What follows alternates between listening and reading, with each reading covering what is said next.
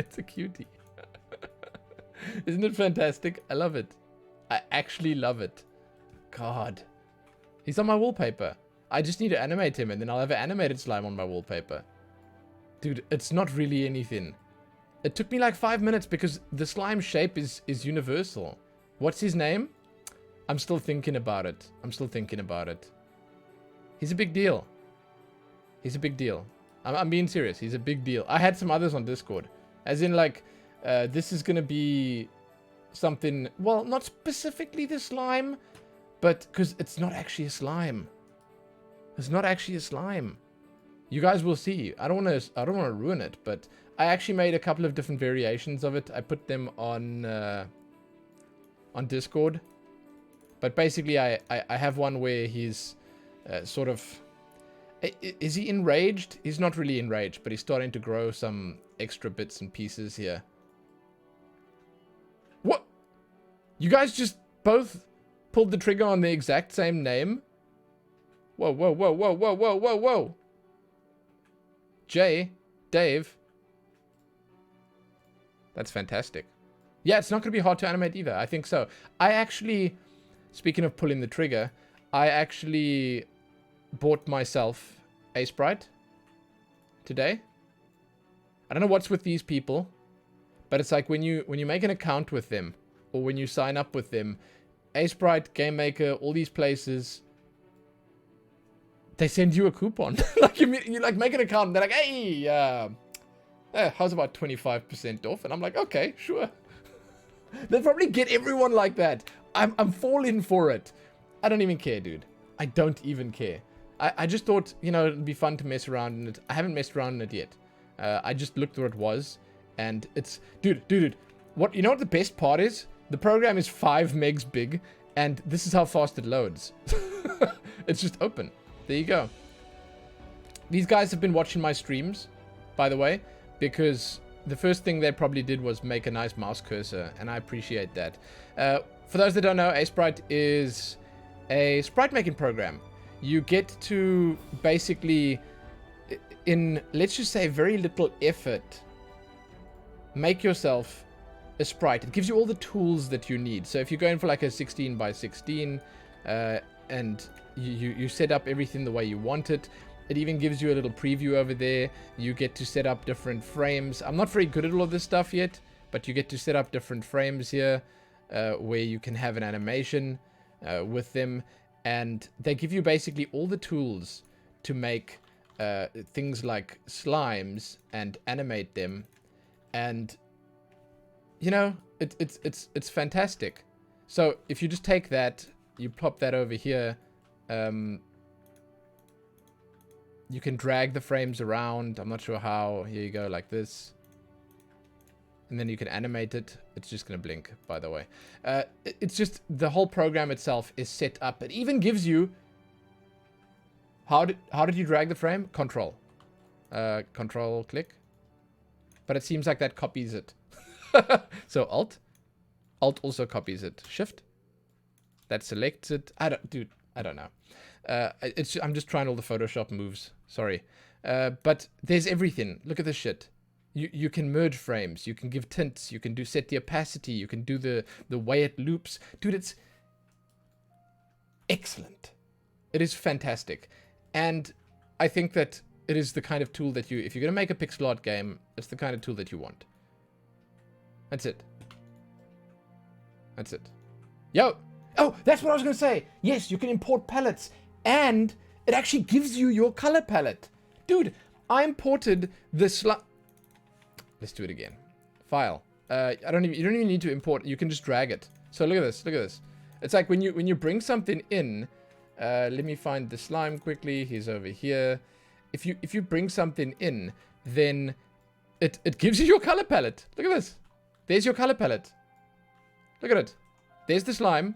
This is now way bigger than it needs to be, but it just gives you your color palette. So like if you can see here, you can see that's a single pixel there. The slime is 2000 by 2000.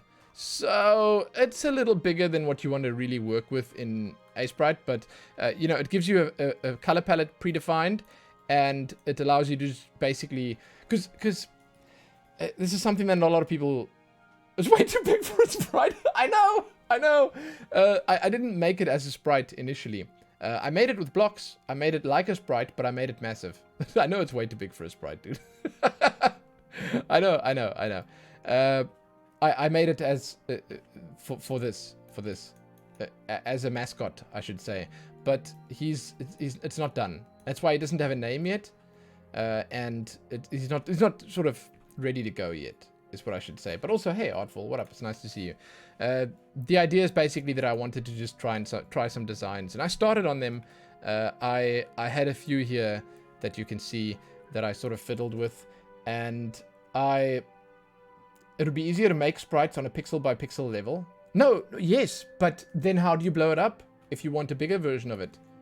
So the way I did this was I pretended that it was on a pixel by pixel basis. I made massive blocks, big blocks like that, and I upscale. Yeah, okay, do I look like I know about upscaling? So I made it big. I just made that, and I pretended it was pixels. Dude, you're not gonna take no,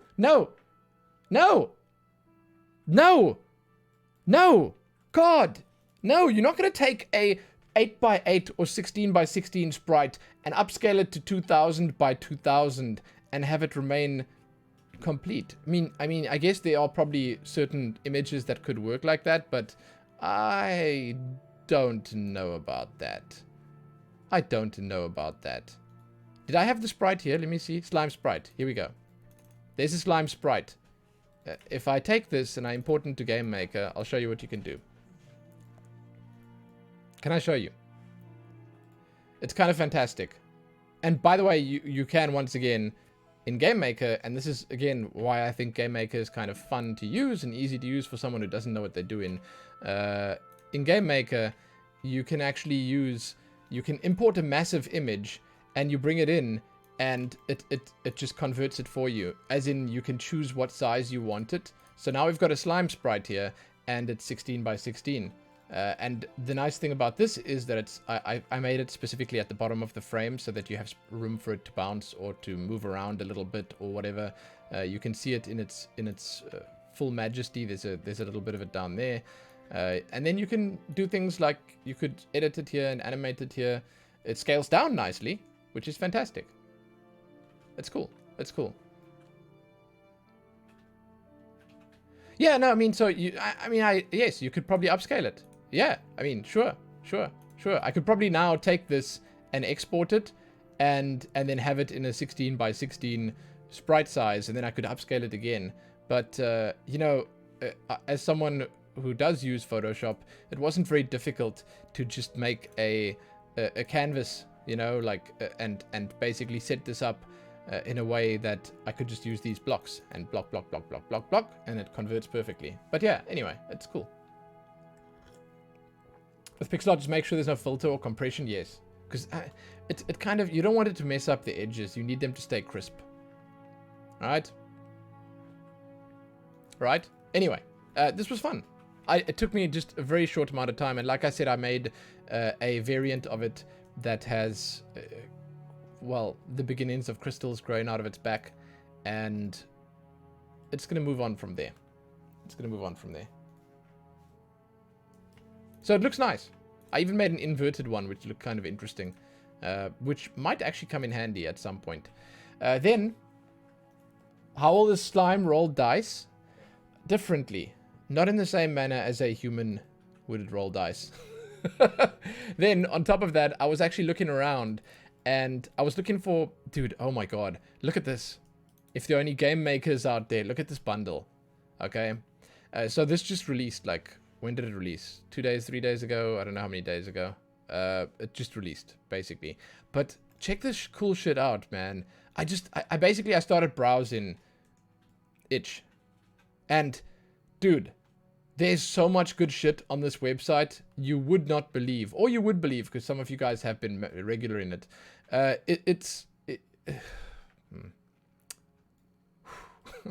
is so much fantastic stuff. Get ready to delete Dave's link. Yes, thank you. Thank you. Prepare yourself. Finger on the trigger. Finger on the trigger. But look at this. So this person here, I don't know what their name is anymore. It's low-res artist. So they made a tile set that basically gives you all you need. All you need to make yourself a very nice, proper, good-looking, immersive game world.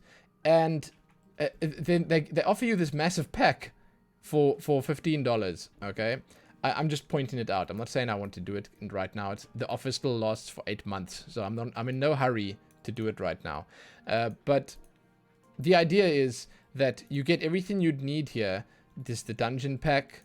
There's the, what is this? Character pack with all the different characters.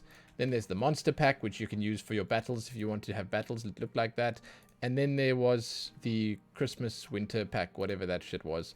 It's fantastic. It's really cool.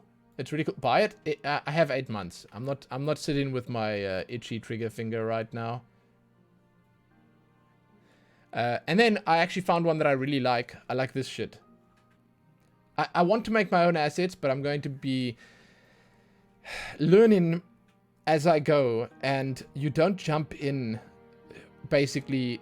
I want to say you don't jump in expecting to be good at everything immediately. And I'm not. I'm not good at anything right now. So I'm even less so. Just I'm terrible at art.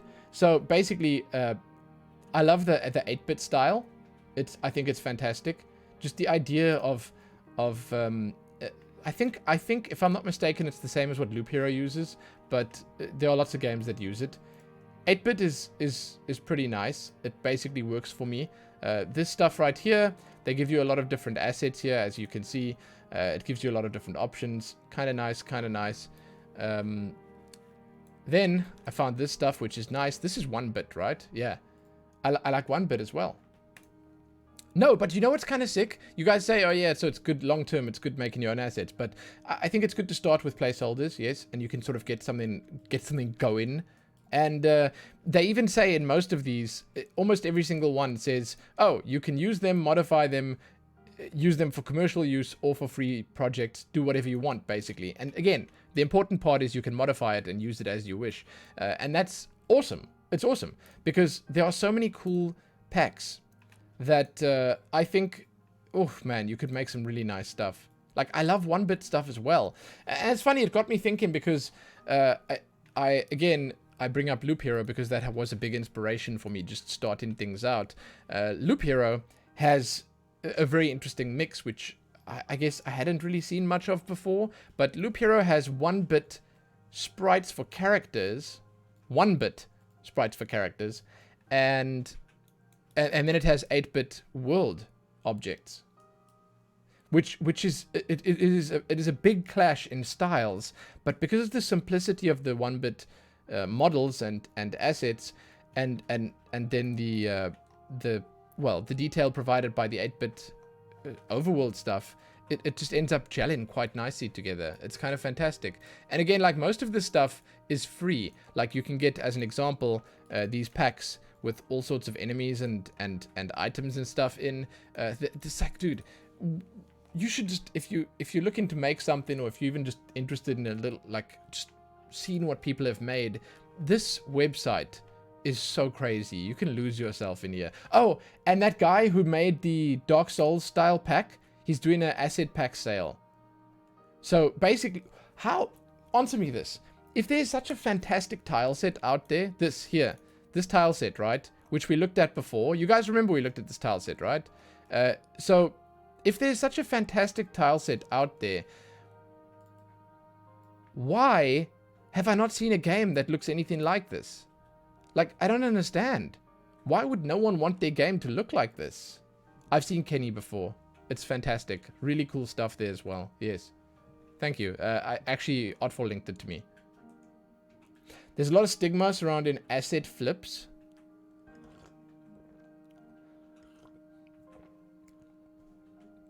There's a risk if someone makes a game that looks the same, then you should just be the first one to make it. Or on top of that, you can modify it.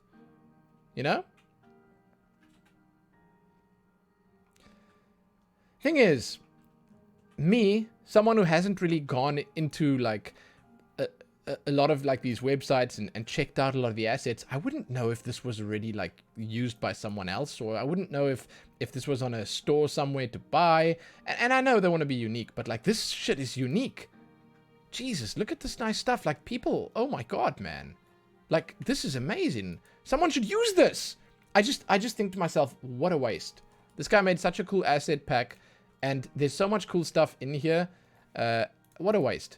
Again, like this, the amount of value you get. So this guy here, he's selling a pack here for, I don't mean to advertise for people, but this guy called Sam, he's selling an asset pack here for less than it should be sold for, basically. It's a bundle, and it includes everything he's made, basically, and it's all these assets that look like Dark Souls and all sorts of other nonsense. It's just really slick.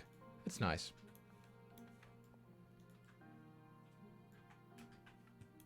It's really nice.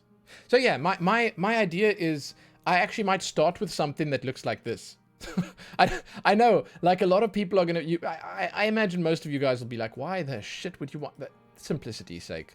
Simplicity's sake. And let me tell you quickly, if you start with something that looks like this, the beauty in it is that you have a whole lot of freedom because the assets are so easy to fiddle with. Okay?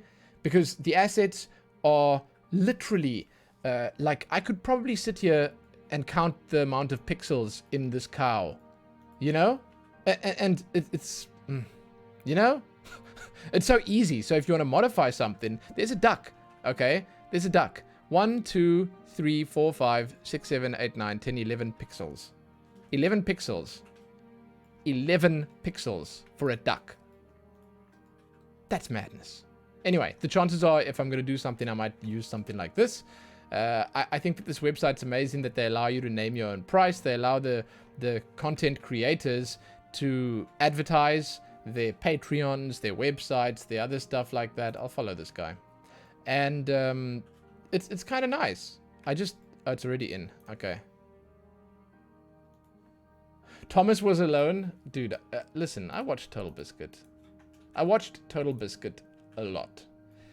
He had a lot of fantastic things to say about Thomas Was Alone, and I hate it. The square and the rectangle one, yeah. Shit, man. He loved that game. He actually loved that game. So, basically, long story short, okay, because that was a long story, I apologize. Oh, actually, no. First, before I long story short it, let me show you. So, if I was going for like a, let's say a 1-bit style, I could make this even small. That's not, I made the canvas size, hold on. I meant to make the image size smaller. Where's the image size again? Here. Scale image. So like, if you wanted to make something in the basic pixel art style, that didn't scale well. It's fine, we'll do it like this. Yo! Rinka! What's up? Thank you so much. Hey, thanks for the 9 months. Much obliged. I appreciate that. So if you wanted to make a slime, then what you'd do first was you'd make that in that style. You'd just do this.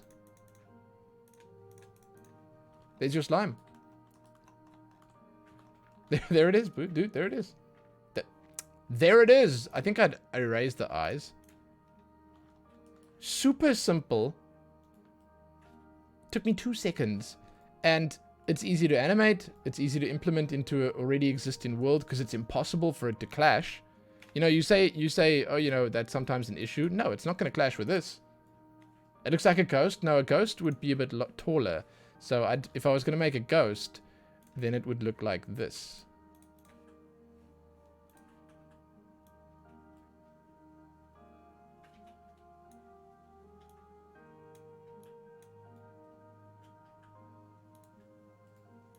You get the idea. That's terrible. But you get the idea. No, I went a little far at the bottom there. Now it's got legs.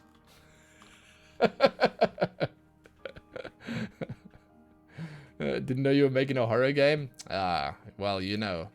Well, you know. Oh, I have a question. You're spooked, Ennis? I'm glad to hear it. Listen, I want my art to have impact. Rinka, I want to say once again, just thank you so much. I appreciate the 9 months. Hey, does anyone know how to close a project? I'm sorry, I know it's probably a super simple thing to do. I just don't know how. Like, here is usually where you'd put it. You'd put it at close project. Alt F4. Yeah, I know. That's what I've been doing. It's like you can go new project, but then it keeps all your assets and shit in. And you can go like home page, but then look. Oh, can I just close it? Hold on. No, but I can't close it. And it's still the same workspace with the same assets. So like, how do you close? No, it's still open. It's like impossible in GameMaker. It's like my one pet peeve of this program, to just close all the projects. So when you want to open a new project, you have to actually quit the thing entirely, and that's the only way. Yes, I want to exit. You know?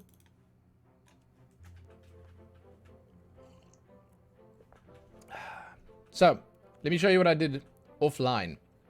On my off day yesterday, can I show you what I made? Guys, I'm going to show you what I made. I'm not going to wait for you to answer that because screw it. I made Breakthrough. I made Breakthrough. Here we go. This is it. This is what I made. I made Arkanoid.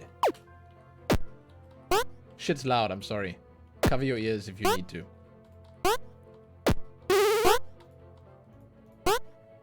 It's pretty cool. I'm considering throwing it on Steam. Maybe putting some custom textures on and then throwing it on Steam, you know? Maybe I'll just put some like embossing on the tiles, you know? You know? Maybe an outer glow or something. I made this. I followed a tutorial. Obviously, I followed a tutorial. But I made this. It's kind of cool. It actually taught me, I think Taraxa was the one to point out that it taught me how to move a character around. So, which is kind of fantastic. And it taught me how to paint objects on the game world, which I didn't know. So like, you just take an object, right, from your objects list, like the bricks, you hold Alt, and you paint that shit. Look at that. Art mentioned it. Okay, yeah. Okay, sorry. Art mentioned it and you mentioned the horizontal versus vertical speed. Yes. Exactly. That's what I meant to say, of course. Estana Coda, what's up? So, this is how you paint. You paint the objects onto the game board and then, look. It's hard mode. Suddenly you got a hard mode here. I think it's kind of fantastic. So, I learned a new thing or two.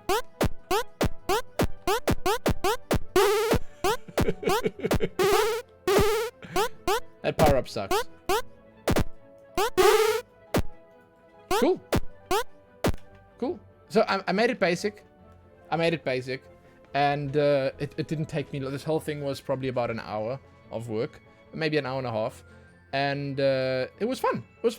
I'm gonna do more stuff offline. I'm gonna do more stuff in my own time, and hopefully I will learn a whole lot more. That's the plan. So, apart from salivating over assets on the itch marketplace, because I have been doing that. I've been doing that. Apart from that, I think we're going to be starting the platformer today, which is something again that I've been looking forward to, and I'm pretty keen for. This is by Sean Spalding. So the nice thing is we are going to be doing a tutorial by and from someone that's different from Cosmonaut Lady.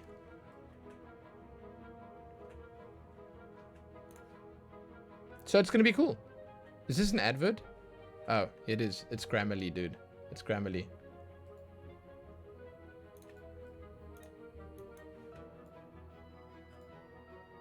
You looking forward to my GameMaker 2 YouTube series? What is it gonna entail? Quickly, tell me. I'm sorry, I don't mean to seem like I'm taking notes, but I am taking notes. Shit.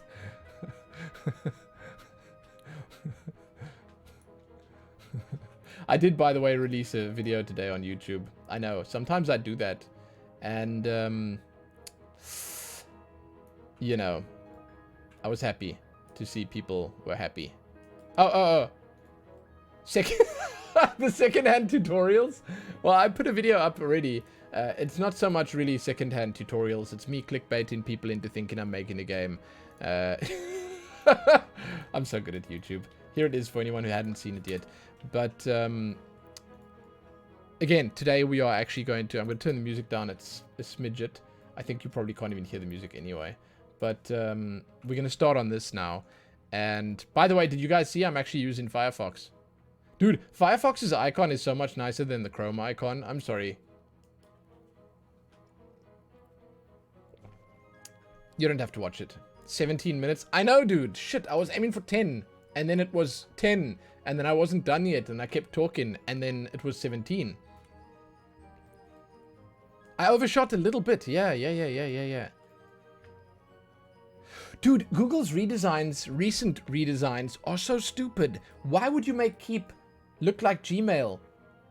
Look like the calendar? Look like every other Google design? I saw a joke on Reddit, and they were saying, oh, here's an example of Google's icons next year, and it was literally just a blob of color, each the same. So stupid, dude. Anyway, we're gonna get started on this now. What is this button? How do I close this? Okay, I found it.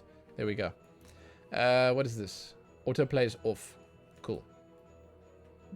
We're going to start on this.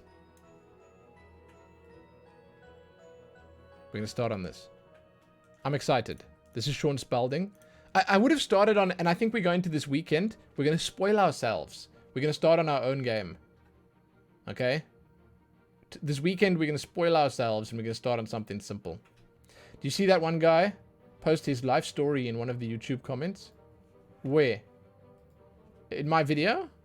I haven't looked at... I only looked at the first 3 comments. One was by Southaven, one was Edgy, and one was someone else. So, no, I haven't seen it. Today I'm starting something I've wanted to do for quite a while. I'm going to run a series on building a complete platform game. Dude, I like life stories. I do. I like life stories.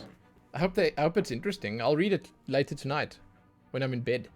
Some bedtime reading. What does complete mean? Well, it means we're going from nothing at all to some lovely squares moving around, and eventually to something that looks like this. Front-ended and back-ended, a functioning menu... Front-ended and back-ended. Oh, Sean! Fantastic wording. Screen shake, flourishes, and everything you need to build your own high-quality action platformer. A lot of this is content I've made before, reworked for GameMaker Studio 2, and brought together into one complete learning package for a beginner developer. Awesome. So let's get started. So, yes. Humble beginnings. You've got a blank project in GameMaker Studio 2. What do we do now? Well, in order to actually get to our basic... I don't have a blank project yet. God! He's always one step ahead, isn't he? Sean Spalding. Wow. Wow. Okay. Let's do this. I love how they change this every time. Photoshop could learn from this. Photoshop changes theirs once every... Who even knows? Do you dream about that time he dropped in on your stream? I mean... Listen, I want to say to you, I'm kind of shocked that he only had 30 viewers, or how much was it? I'll be honest with you, I am actually kind of shocked. 36 viewers. Why would someone like that not have more viewers? I think I need to be the one that normalizes code-in streams. You know? I need to be the one that brings it to the masses. Maybe I should do that. Clueless coding with Lumin. Cozy coding with Lumin and the slime. Coding cook-off. Cooking coding. Cooking together the code cooking. Code cooking. Code cooking with Lumin. Edgy. Listen, because we have so many aspiring and not aspiring actual game developers in the community, we're going to be doing stuff. Soon enough. I just want to get myself wrapped around the basics. This is going to be platformer. Humble beginning, Sean Spalding. Platforming game from nothing at all, we need to follow a few main steps. First thing we need to do is already create so much what's better. called sprites for our player and... Oh shit, I need to download the assets. It's on itchy.io. Itch.io. Oh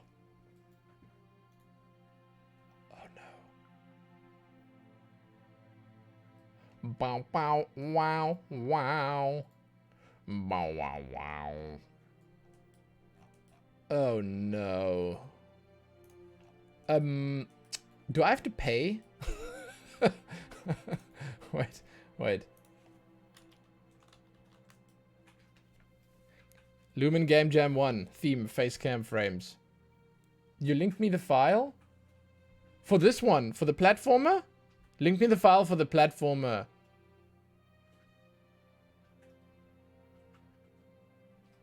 This one should be the same. Okay. Let's see. I'm opening this in Chrome quickly because...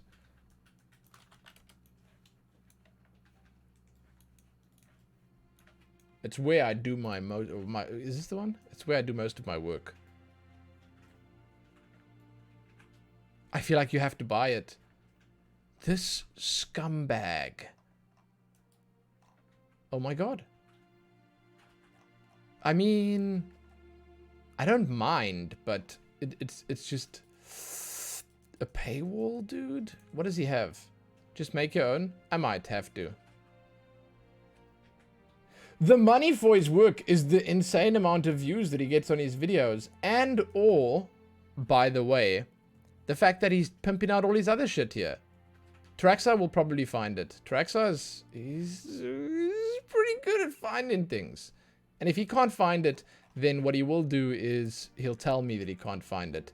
Otherwise, I'll draw my own assets. I'm fine to throw in my own assets. I'm actually okay with that. It adds another layer, but, you know, I'll add my own assets. Oh, I'll cough up the $5, but dude, no, it's the idea. It's the idea of it. It's not about the $5. Oh my god, there's that slime again. It's like, yeah, dude, exactly. $5 is the breakfast coffee and the flat white and pastry for my wife tomorrow morning. She says yes. She's cheering. It's school tomorrow. Oh, most of chat already experienced game devs? Yeah, hey, no, I'm gonna buy it, Edgy, I'm gonna buy it. I just wanted to see if Traxxar had something to say.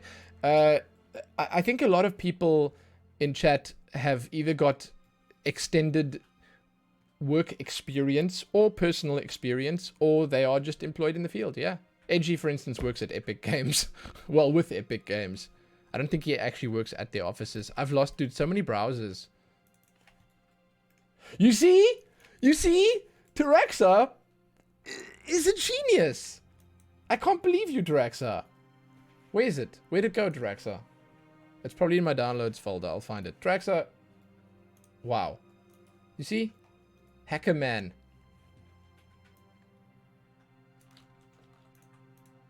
The intention? Is it the intention? That he wants you to pay for it?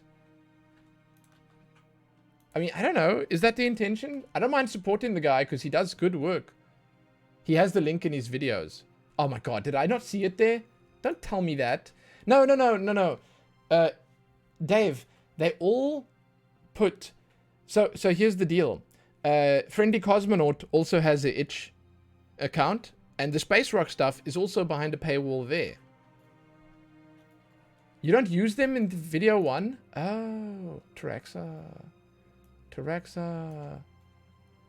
I didn't realize. Here I'm sitting talking about stuff. There the assets are. Okay, let's carry on. Sean Spalding, keep talking, man. Our wall.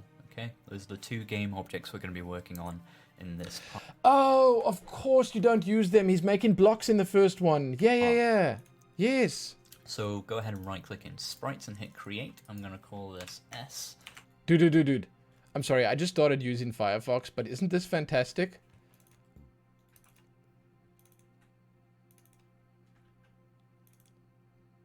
I'm sorry.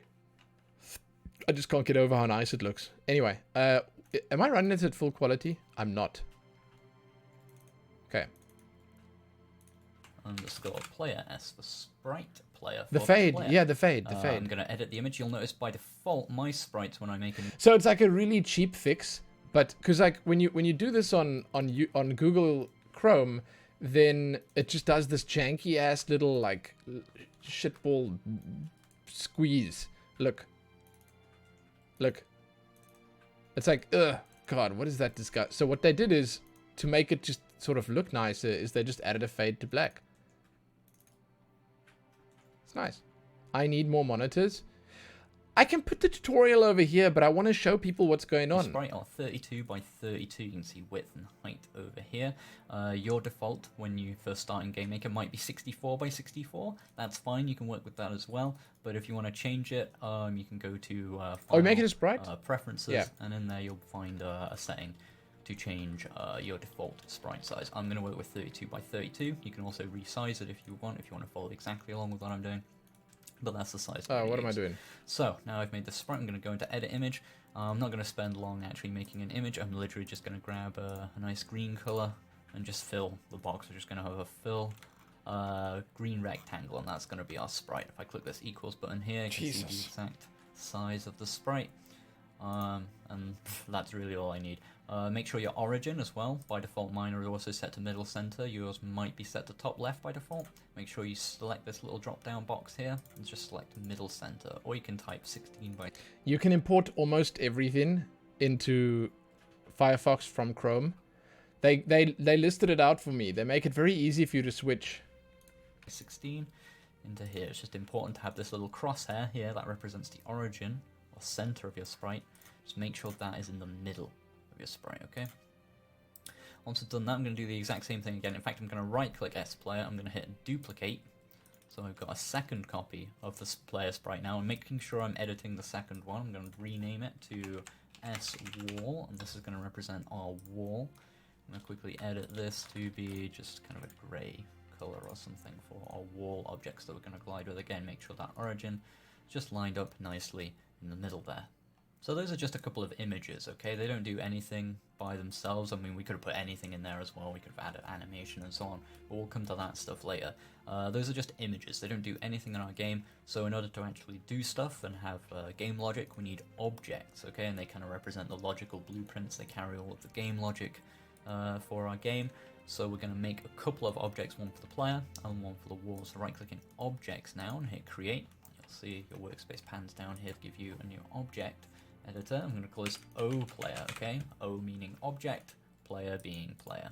That's different naming. In here where it says no sprite, you want to assign this to your player sprite, okay? Just click that. Oh shit. Select your player sprite, okay? They mixed up. Events in here is where we're going to put all the game logic of the game, but before we actually... Stop, I mixed them up.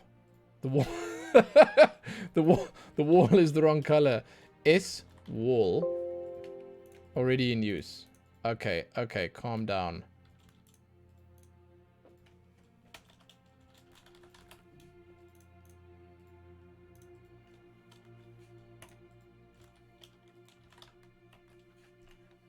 Okay.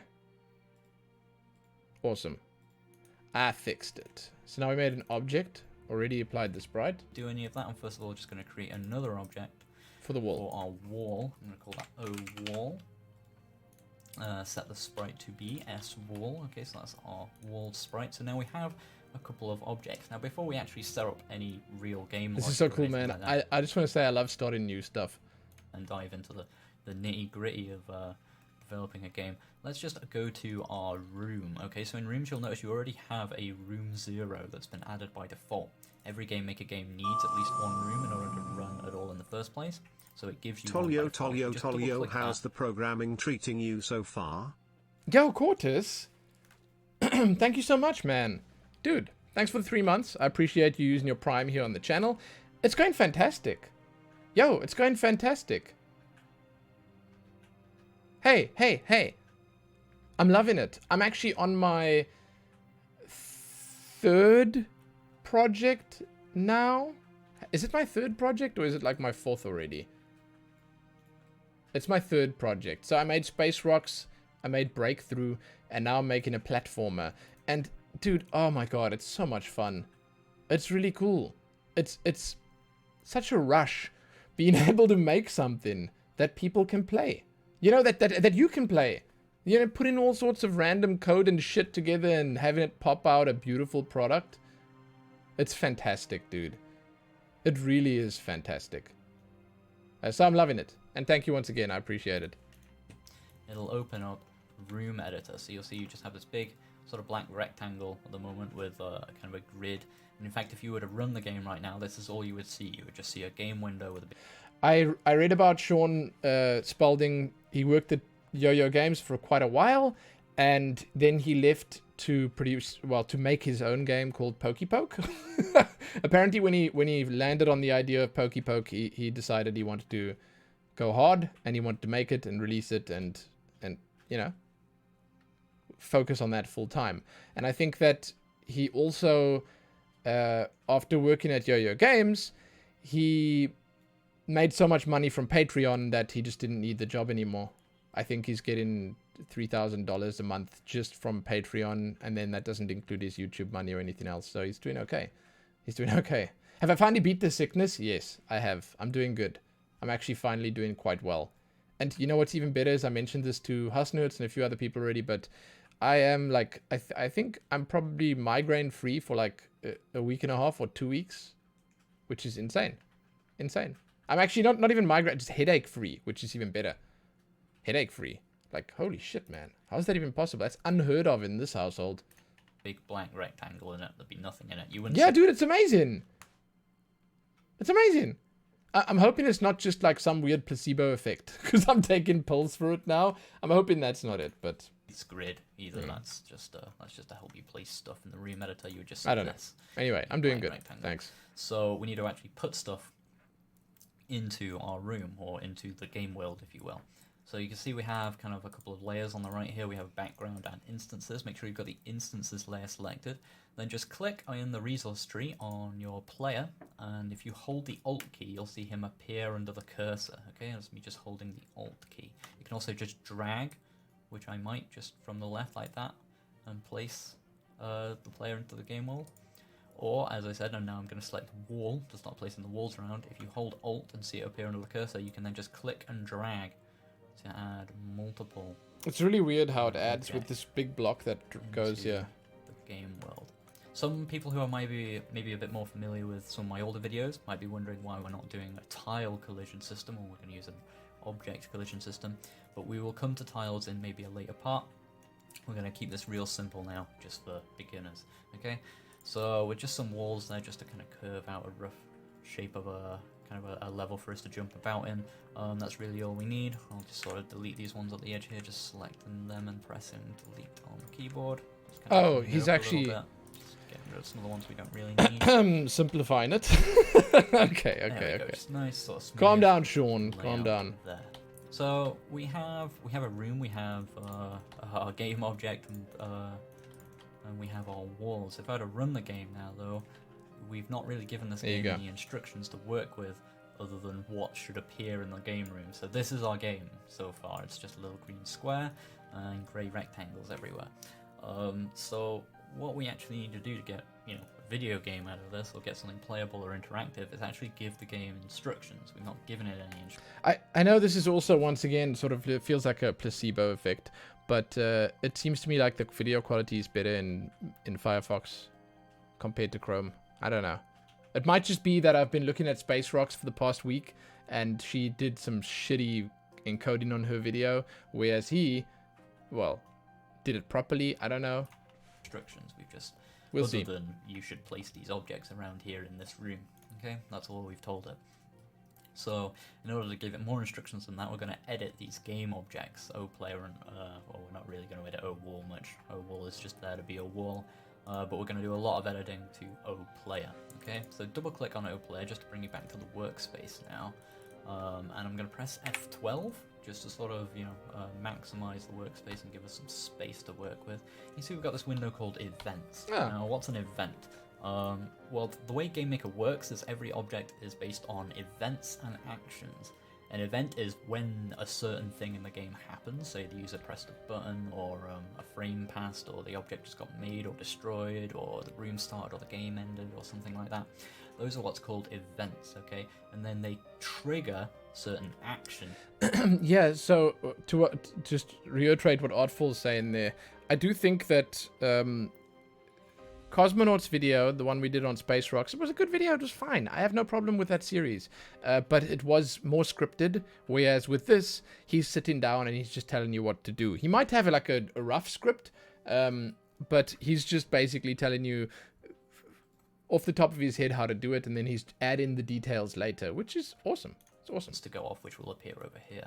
So I'm going to click Add Event. I'm going to add the Create event. Okay, so the Create event is triggered. It'll be triggered right at the start of the game when this object gets made in the room for the very first time by our game. Okay. So what we're saying is when this object is created, do whatever code we write into this box. Okay. Now we're going to get started with some very, very, very basic code. Okay. I'm going to declare a couple of variables. Okay, so I'm just going to write a few things and then I'm going to explain what they mean afterwards. I'm going to write HSP equals 0 with a semicolon on the end there as well. What is HSP? Equals 0. GRV equals 0.05. Okay. I think that's horizontal, vertical, and gravity. Yeah. So it's just the code words he's choosing. 0.1. And walk SP equals 4. Okay, those are our 4 variables. So you can see they've turned blue. Speed, horizontal speed, vertical speed, yeah. Our equal sign, and the numbers on the right have turned red. Okay, GameMaker kind of works out like what it is you're typing when you're writing code, and it marks certain elements appropriate colors. So what on earth am I doing here? Maybe I've just lost all of you. I've just written some nonsense. What does any of this mean? Well, a variable is just a word. Any word we can make up. I can type in any number of characters like that, this or whatever. I like this. So variable. Arbitrary word that represents a value. And then say 50. Basically all I'm saying is that this word from now on, whenever I type it in the code, means this number. Okay, that's literally all a variable is. Okay, it's saying a word to equal something else. Usually a number, can be certain other things, but most of the time it can be another variable. So now that I've got HSP equals 0, so every time I type HSP, I'm basically telling the game 0, okay? What I can do later is say like HSP equals VSP, for example, and set one variable to equal whatever the result of another one is. God.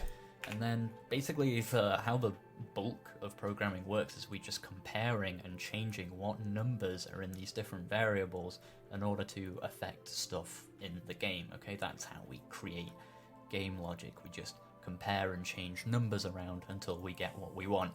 Okay. So I'm just going to make this a bit bigger now. It's so awkward, I love it. See whatever I'm typing on the screen. So HSP equals 0. So what did all these words mean? These are all shorthand things. Like, what do any of these mean? HSP, I'm using a shorthand for horizontal speed. Okay, H for horizontal, SP for speed. You might guess VSP. He's got a very noisy mouse, speed, man. I love it. GRV is going to be gravity, and walk SP is walk speed. So that's the speed we actually want to move. When we move left and right, we're going to set our horizontal speed to be this number in which. Oh, I should comment this in. Okay. I mean, I guess I should, but I know what it is. Are currently 0 is because we don't actually want to be moving at the start of the game. We want to set yourself to move based on whether you're pressing left and right or whether gravity. But you're right, Traxxer. Speaking of gravity, that's what GRV means. GRV stands for gravity. You're probably right, Traxxer. That's a good mindset to have. Downwards at like 0.1 pixels. Honestly, it's a good mindset to have. Every single frame while we're in the air, okay, until we touch the floor. So just copy those down if you're following along. Don't worry too much if. Is this bad form? Does this look ugly? Yo, Seth, what's up? I'm doing really good, man. Thanks for people arriving. Hello? Hello? What the hell is he naming his variables like that? I don't know. The other lady named hers similarly as well. Not the same, but similarly.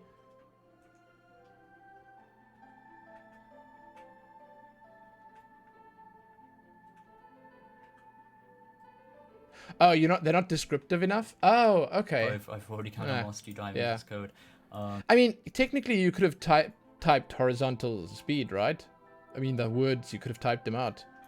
It'll all start to become clear as you do more of it. The more of this you write, the more of it you practice, the more it'll all start to slowly make sense, okay? Feel free to go back and rewatch if you don't understand any of the explanations I just made.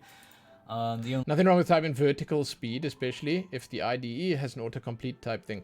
Yeah, I mean, if I make my own game, I'll probably do something that's a bit more descriptive, but yeah. I keep seeing videos from this Adam Eunice guy, and I love it, dude. I love it. I'm going to watch so many videos, because he does Sprite videos. I'm going to watch so many videos from this guy. The only other thing I'll clarify is that these semicolons on the end here, that just tells GameMaker when a line of code has finished, okay? Because you can technically do funny things where you carry on one line of code onto multiple lines, as weird as that sounds. But for now, all you need to remember is at the end of almost every line of code, you want to write a semicolon just to officially tell GameMaker where that line of code ends. I agree with all of you. It's actually very forgiving, lets you get away with actually not putting this most of the time, like that'll still work. No, it won't. But it's good practice just to make sure you have those on the end of every line, okay? So now we've done that, now we've established a few of these variables, what I'm going to do is add another event. I'm going to add what's called the step event. Come down here. Pass creates the fourth one down, step, and you've got 3 different kinds: step, begin step, and end step. Don't worry about those last two, just select step, okay? The step event is a special event that happens every single frame of your game. So if you play games and you know about frame rates and things, or even if you don't, games tend to run at either 30 or 60 frames per second, okay? That means like Jesus, 1.2 million views. Every game is just showing you a sequence of still images wow. at a certain speed, and it's showing them fast enough to you that everything looks like it's moving, right?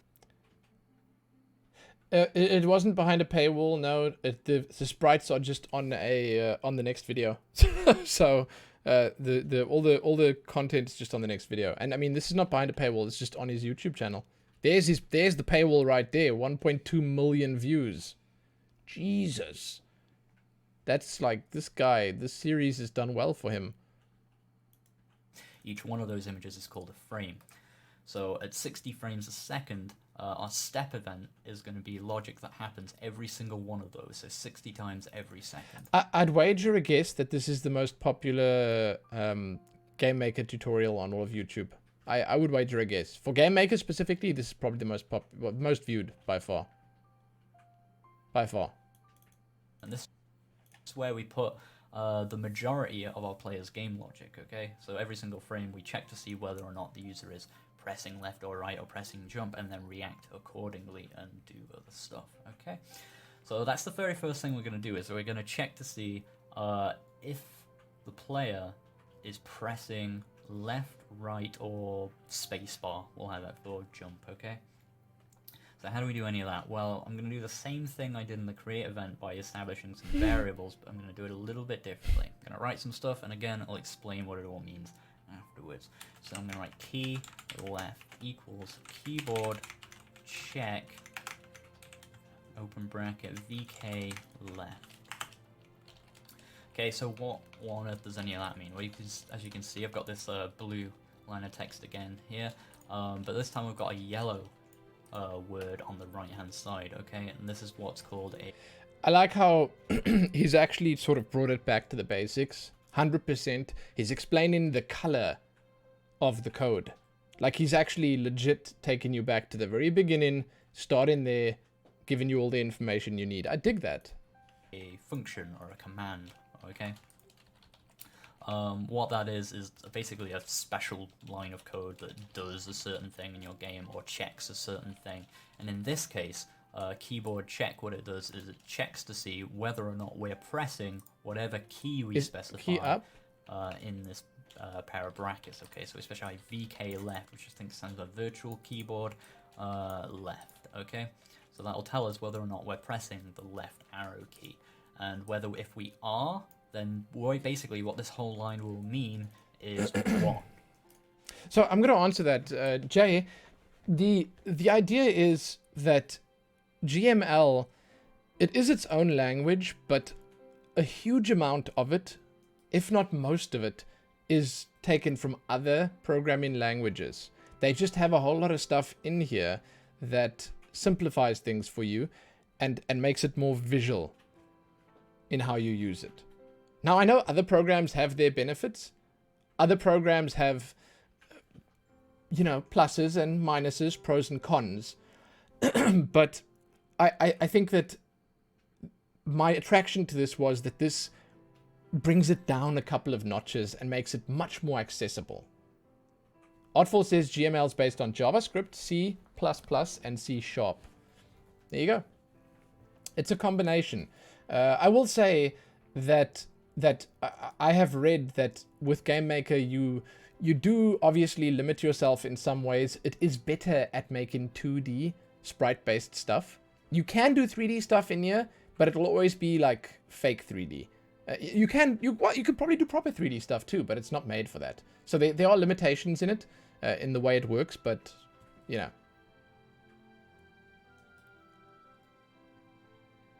Hanky, what up? Hello. Hi, it's nice to see you. Okay, the number 1. And if we're not pressing it, it'll be the number 0. And also, if you ever thought, you know, this is something you want to do, the best thing to do is just jump in and give it a try. I started not even a week ago. Not even a week ago. And I just jumped ahead of the tutorial and typed in a couple of things that I think he's going to type next.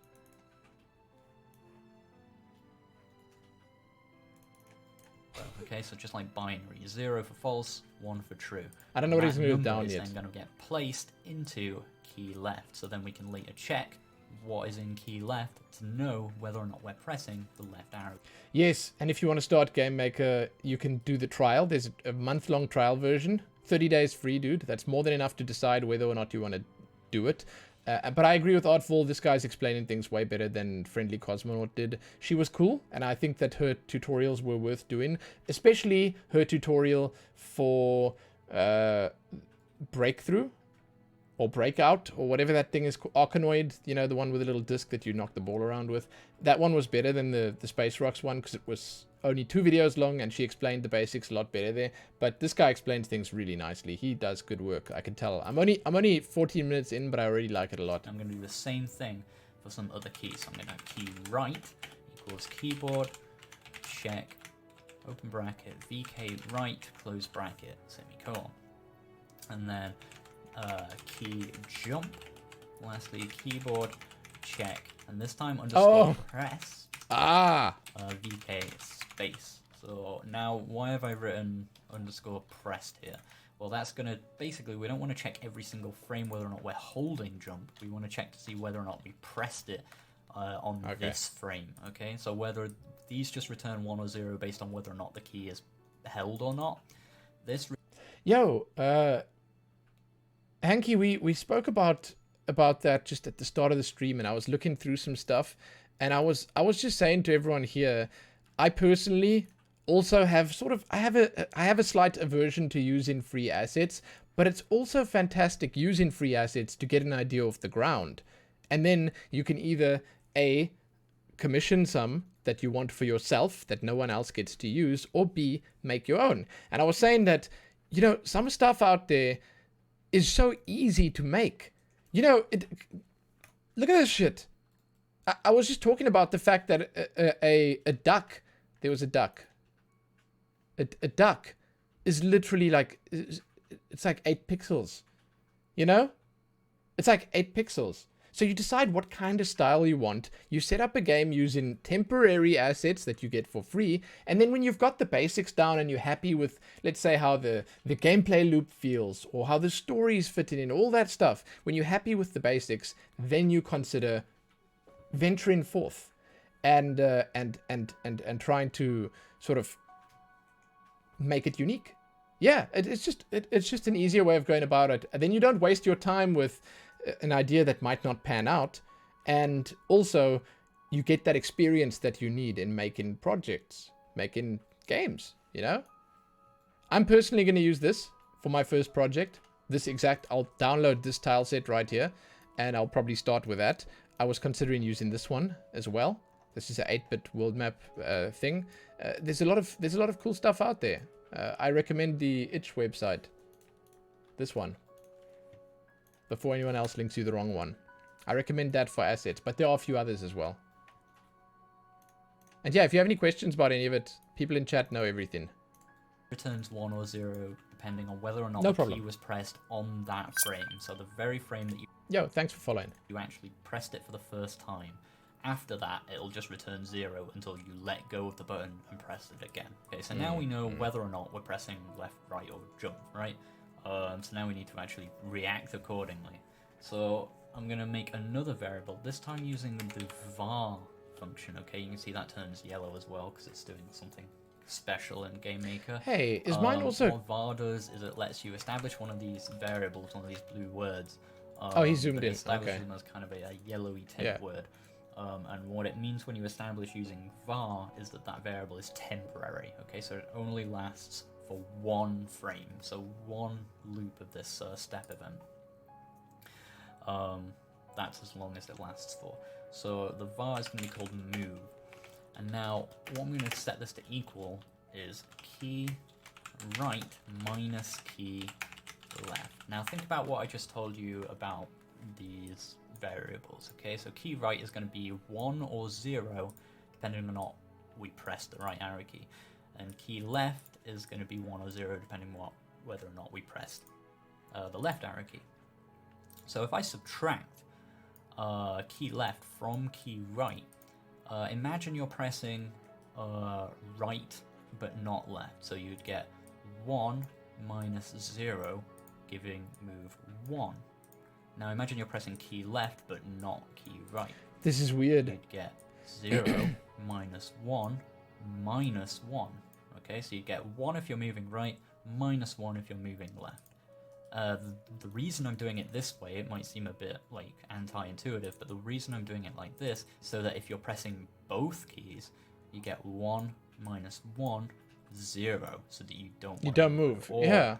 When you're pressing both arrow keys, or when you're pressing neither, 0 minus 0 is 0. Okay, it just handles every possible outcome very, very elegantly. That's so smart. It's a very smooth way of dealing with whether or not you're pressing left and right, and whether or not you should move in that direction. So now what I'm going to do is I'm going to set our horizontal speed. So remember the variable that we wrote, HSP, we set it to 0 in our create event. In here, HSP equals 0. What we're going to do now is set that to equal move. So whatever that happens to be on this frame, it might be 0, 1, or minus 1, multiplied by walk sp. Okay, so walk SP, which is 4. That's our current walk. So I wanted to say he has a very unique and interesting way of making the character move. This is not how Friendly Cosmonaut would have done it. For those wondering, I followed tutorials by a YoYo Games employee called Friendly Cosmonaut before this. She did things differently. She didn't do things wrong. She did things differently. He is setting up what seems to be a pretty fantastic fundamental setup where like he's building up, like he's setting up the groundwork, and he's making it feel like a good platformer right from the start, because he's setting up things like if you press both together you stop. I'm assuming he's going to add gravity to here, and like things like a character slide when you stop and stuff like that. It's really weird because, again, he's taken it and he makes it look very simple, but it's only if you understand it, then it's simple. It's just different. It's different. And again, this to me is like the biggest endorsement to watch multiple tutorials, so you can see which way you prefer personally. Speed, or however fast we want to move left or right. So we're going to get either 1, 0, or minus 1. So if we are holding the right arrow key, we'll get 1 times 4, so we'll get 4, meaning we want to move 4 pixels to the right. Or if we're holding the left, we'll get minus 1 times 4, minus 4. We want to move 4 pixels to the left. Or it'll be 0 times 4 if we're pressing both or neither, meaning we don't want to move at all. Okay, and HSP is going to get that final result, so it'll be 0, minus 4, or 4. And then all I'm going to do in order to, so we can actually see some of this working now, because we've done a lot of playing around with numbers and variables without really seeing any fun game stuff. So I'm fun game X, stuff. You see X turns green, because that's a built-in property of our objects. A few of them. I like the idea. you think of a way to incorporate a few physics as pull and pushback, maybe for boss mechanics. There are many things you can do. I think that if you're making a platformer, one of the most important things, probably the most important thing in a platformer, is that the platforming feels good. You need good feedback, you know? It's crazy.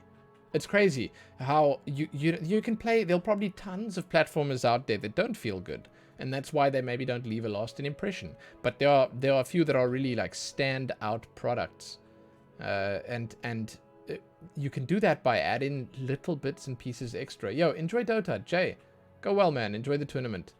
Thanks for dropping in. It's nice to meet you. It's okay. There's things like sprite index and all sorts of different properties and things you can actually physically change about the object.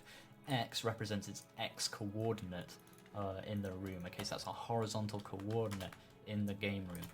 Y represents our vertical coordinate. So if we change either of these to be something else, the object will physically move in our game world. So I'm going to set X to equal itself. So whatever our X coordinate currently is going to equal itself again, which obviously wouldn't change it, but we're going to add HSP. Okay, so we're going to add either 4 or -4 to our current X coordinate to move us around. So we'll either Celeste's movement code to the right or 4 pixels to the Wait, can you check that out? Is it just out there to look at? Celeste, I haven't played it myself, but I've seen it. It looks fantastic. Now, before I run the game, I'm going to quickly go into game options, okay? And just at the top here in main options, general, I'm going to set game frames per second to 60, just so we get a nice smooth 60 FPS game. You can leave it at 30 if you prefer, but I prefer the game to run at a smooth 60. No! The code is there? No, I'm saving that immediately. Dude, it must be so fun to jump in there and look at the damn code. It's public? That's so cool, dude. Wow. Huh. 7,500 lines? Yeah, but I mean, if you know what you're looking for and you'd sort of browse through there, it could be fun. Public, dude.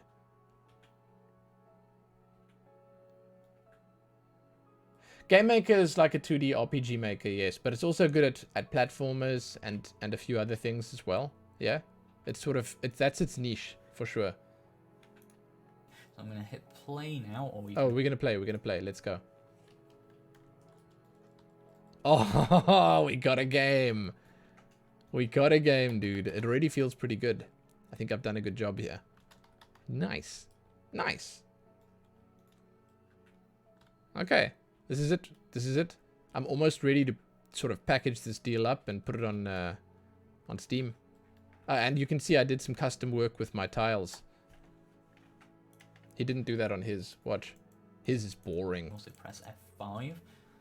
And you see we've got our game again. Just our green objects and our white square. 5,400 lines just for the character itself. Insane, dude.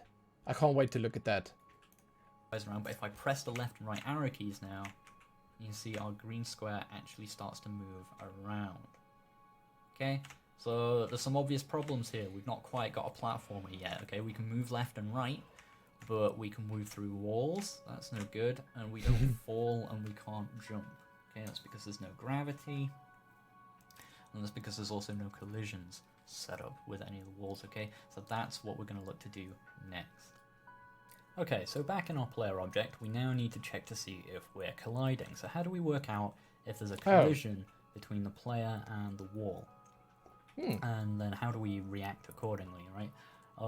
What we're going to do, we're not actually going to check to see if we're like currently colliding with the wall. We're going to predict it.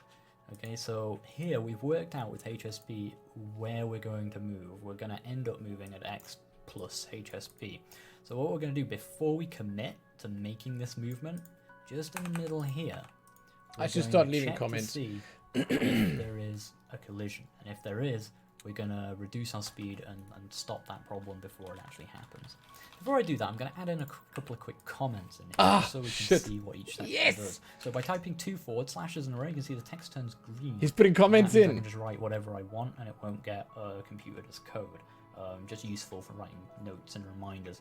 So this section here is get player input, I suppose. This section here would be calculate movement. We're going to do horizontal collision here, okay?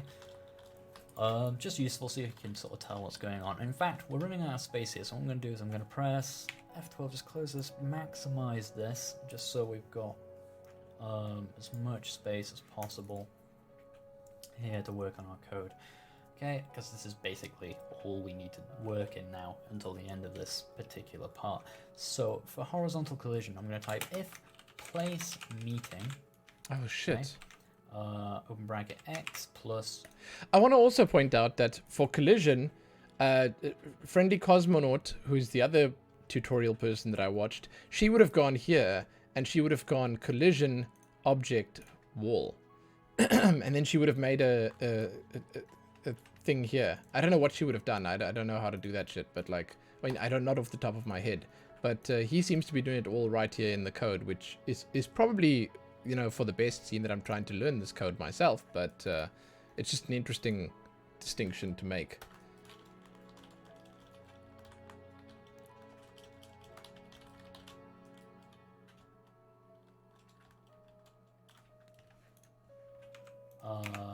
HSP, comma, Y, comma, O, wall. Close bracket again. And I'm going to go underneath and open a squiggly bracket and close a squiggly bracket.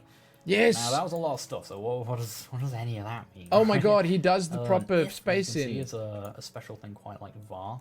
Look. What if does is... I was hoping that it wasn't a thing that everyone put the squiggly brackets at the end here. He called it a squiggly bracket. I was hoping that that wasn't a thing, and apparently it isn't, because she puts hers here, and then she types underneath. And it was so hard to read, dude. I struggled. I spent all my time trying to figure out what she typed, but he puts his spaced out nicely. I dig this shit. It asks GameMaker a question, okay? And that question is what we put in this pair proper of spacing, brackets. dude. And it says, if the thing that's in the brackets is true, do whatever we put in these squiggly brackets. If this is not true, skip it and just go to whatever comes after it, okay?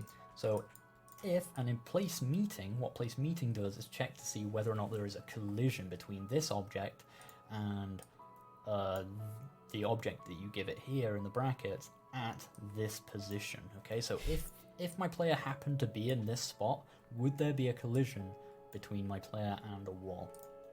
And if there is, it returns 1. If there isn't, it returns 0. If it returns 1, we do this stuff. If it isn't, we skip straight to movement. So is there a collision between myself and the wall? And if there is, what do we do about it?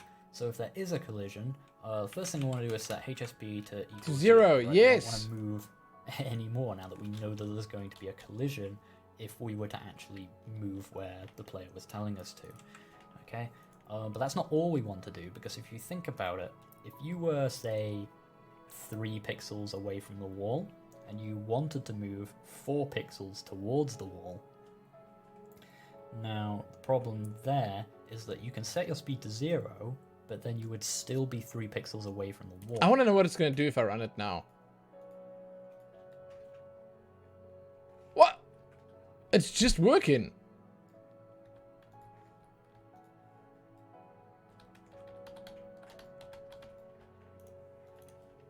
So what you actually want to do is set your speed to 0, but then move as close as you can. So how do we work that out? Well, we're going to use what's called a while statement. So that while. Now while, for the most part, works exactly the same as if, okay? We're going to ask GameMaker a question in these brackets. If that question returns true, oh my god, we're going to do whatever we put in these squiggly brackets, okay? So what's the question? We're going to ask to see if there's not a collision 1 pixel in the direction we're moving, okay? So you can see how we did if place meeting up here.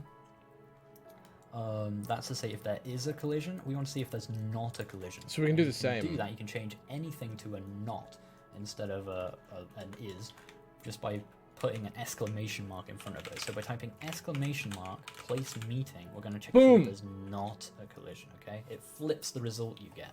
So if I get a 1, it treats it as 0. If we get a 0, it treats it as a 1. Oh, okay? but I need to put a frame. There we go. Just a quick way of doing that.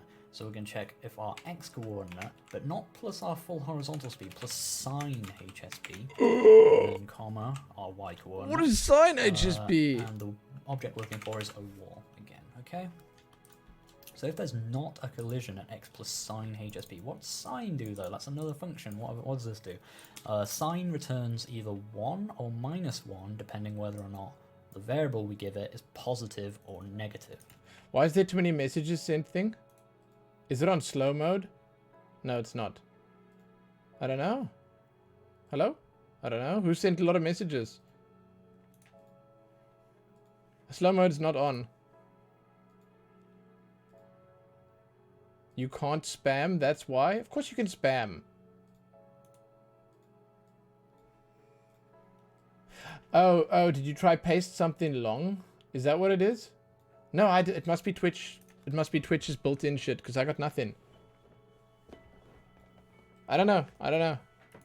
I turned off, like, the auto mod is by default now, but I turned off everything I can turn off. Okay, so because HSP, like, if we were moving to the right, HSP would be 4, so sine HSP would be 1. Yeah, Twitch themselves are policing shit heavily now. If we're moving left, it would be minus 4. We have no choice. Sine HSP would be... No, wait, I didn't now read that. Do though, that's another function. What does this do? Sine returns either 1 or minus 1, depending whether or not the variable we give it is positive or negative. Okay, so because HSP, like if we were moving to the right, HSP would be 4, so sine HSP would be 1. If we're moving left, it would be minus 4, so sine HSP would be minus 1. Okay? So if that happens to be true, then we do whatever's in these brackets. Now the difference between a y...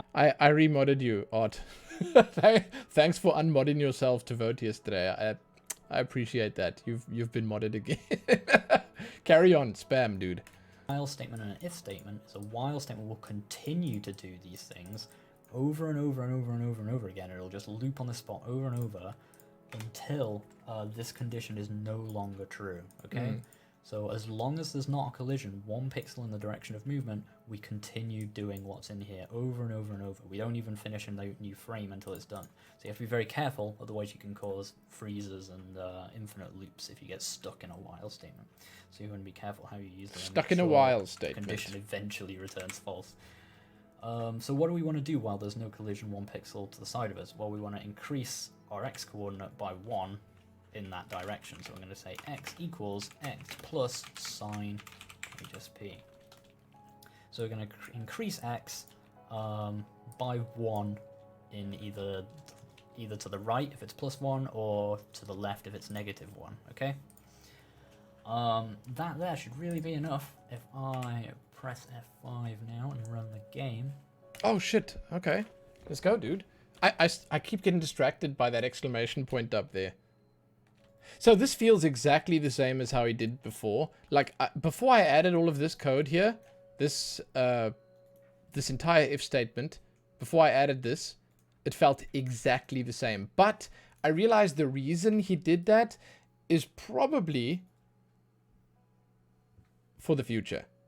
So it's like if you're using gravity and you're jumping into a wall, because you can't stop yourself by just stopping pressing this. So it's probably for that. I'm assuming it wouldn't have mattered here too much, but it's working, and that's good. Yo, Bobby Dodge, what's up? How do I stay focused with such high energy? Practice. Many years of practice. Besides, I think my secret is that I'm never focused. Dude, I have the same thing as everyone else where sometimes I have to re-listen, reread. I just do it very quickly. I just do it very quickly. It happens super fast. You don't even notice. But hey, what up? You should see if I move to the left. Nice to see you. I can't go through the wall anymore. I collide flush against the wall, nice and cleanly. That's good shit. I move all the way to the right. Again, flush against that wall. Perfect pixel collision. Okay. I want to see gravity. So now there's obviously a problem in that game. We don't have any gravity still. Yes. So we can't jump or anything like that. Gravity. Let's fix that, okay? Let's move these things close together because this is a horizontal section, okay? Let's create a collision section for vertical movement, okay? I'm just going to copy and paste that whole section because what we're going to do is completely the same thing, okay? So I'm going to change this to vertical. Really? And now we just need to move these plus HSPs to the Y coordinate and change them from HSP to VSP for vertical speed, right? And then we want to change these X's to Y's. So make sure you do all of those steps, okay? If you're following along, make sure you copy it down. Oh shit, dude. This is difficult. So the X's to Y's. Okay, so it's vertical collision, but you only changing the Y SP. You're not changing the X and the Y here, right? No, you're not. No. Okay, so that's the same. I didn't let him finish. I'm sort of jumping ahead, but that's fine. Wow, I'll just do it first, and then you can make sure you've got it exactly right, okay? So I'm going to cut, just with Control X, this section in front of X here. Paste it in front of Y instead. Oh, shit. I'm glad I watched it. I'm going to do the same here. This plus sign HSP. Cut that. Paste it in front of Y instead. Okay? Just those two sections. Then I'm going to rename HSP. Ah, that's fantastic. Dude, it makes so much sense. The VSP instead. Okay? I don't know why I put Then, YSP. It's VSP. This one to VSP. This one to VSP. Vertical. Oops. Vertical. And this one to VSP. Okay? There you go. So you should have no HSPs left in this section. They should every. Yo, is that some custom collision he made, or is the built-in one spelled out? So I like the idea that you can. Let me just save this because I'm not talking about it, but you can, if I'm not mistaken, check what the built-in one looks like. He is doing custom stuff here, but it's not custom in that it's his own creation. It's custom in that it's just straight GameMaker stuff, GML. And I think that for the most part, it's the same. They just use different variables and commands and stuff to get there. I don't know. What are you showing me, Traxa? Oh yeah, that's the one. This is me. I'll save this because I lost it. dude, who made this? Was this Tabe? Because like he even got Sekiro with the death screen on the laptop over here. It's so perfect. No, you didn't miss a graph screen. This is no. You made this. Traxa, this is fantastic work. I just thought it would be Tabe because he likes doing nonsense like this. But this is me. This is me. He even used my two colors here. I never use stroke on my text, but you know, whatever. That's besides the point. This is perfect. This is me. That's me. One of these blue things should read VSP. Okay, make sure. I'm going to change these X coordinates here to Y's. Oh. Okay, so those should be Y's. I want to leave these X's in, but change all the rest of those other four here, just these four, to Y's. Okay, and then that should be it. Okay, that's how everything easy to actually change there. That's vertical collision done. Okay, we just copy. Also, hey, Snooze and Germs, what up? Nice to see you. Hello. Paste that, change some variables around. It's exactly the same thing. I would wear ties if I had ties. Just in the other direction. If it was comfortable. We won't notice it yet because we don't actually have any vertical movement, so let's fix that. We want to move by our gravity. Okay, so let's say VSP equals VSP plus GRV. Remember, that's the gravity variable we set up in the create event. It's 0.1. Yes. Let's change it up. 0.3 equals VSP plus GRV. Remember, that's the gravity variable we set up in the create event. It's 0.1. Let's change it up. Yeah, slow down, guy.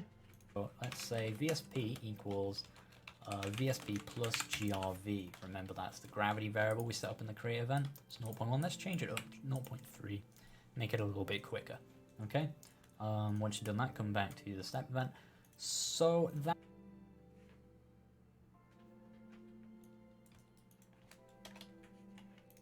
should be enough to actually make us move by gravity. So if I run the game now, just press F5 there, it'll compile a bit at the bottom. And then you can see right at the start. Oh, we're gonna drop. Let's see. Oh! That's it, dude. That's it. It's working. That just fell down, and I can demonstrate again just by walking off this ledge. Just watch very carefully. I fall, okay? And I land flush against the surface, and as you can see, I'm still colliding perfectly. So we're almost there now. We almost have what's recognizable as a platform. Oh my god. Oh my god. Oh my god. I can add a very basic thing here to... No, I'm not going to. I was going to say I'm going to add my slime. I could add my slime as the sprite, but it's not going to look good if it's not animated. Shit. Okay, let's carry on. So if I close that, the last thing we need to do is make it so you can actually jump. So jumping, how on earth do we do that? Right, so what we first need to do is check if we're on the floor, okay? We obviously don't want to be able to jump over in the air, or maybe we do, in which case ignore this next line of code, which is going to be if place meeting. Add jump myself? Oh, dude, no way. That'll be... Oof. Let's see. No, it's literally probably just impossible. I can look, but I just saw him start in if place meeting. Okay,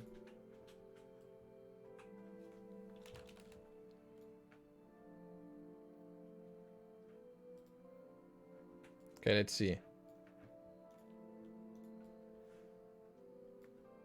How would I even do that, dude? So, because with the movement, he did this fancy nonsense here, right? And this is like, I have no idea. So okay, how do you trigger? So we need space to happen, right?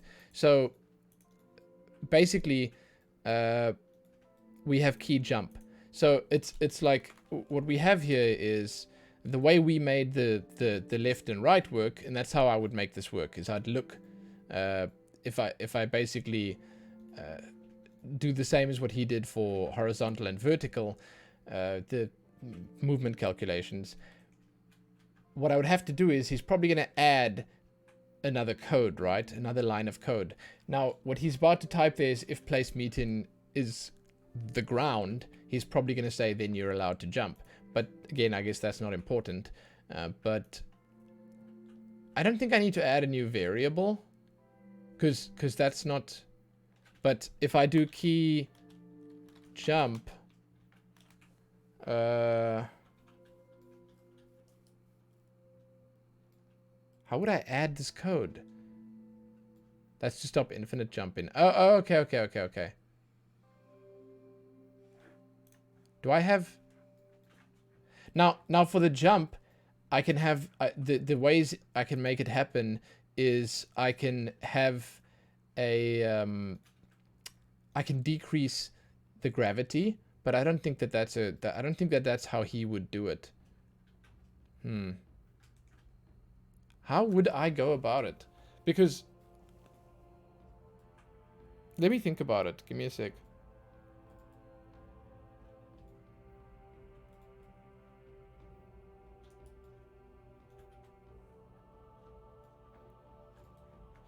To double jump, you'd set a bool and have it go to false on the second press. Do you decrease gravity when you jump? No, you don't. But I'm saying that's a way of doing it. So you'd add to move speed up, right? And you'd add an angle to it. I would imagine you'd add to your move speed, and make it go. But how? I mean, I can easily find the code if I do if I add it in here and then take the code from it. Just jump straight up. How does the code work again? It's 270 round. But you still need to set how it goes up. I got this. I have no idea what to do. That's why I'm thinking. I'm gonna try. Yo, Lightning Bolt, what up? It's nice to see you.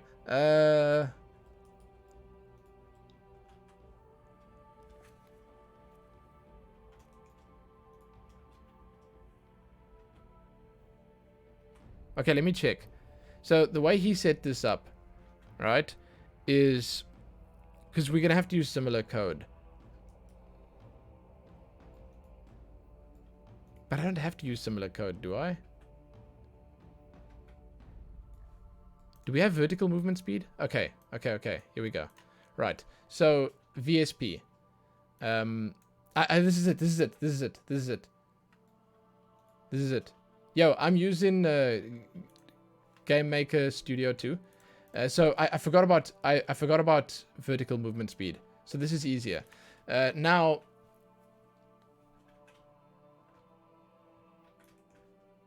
Let's see.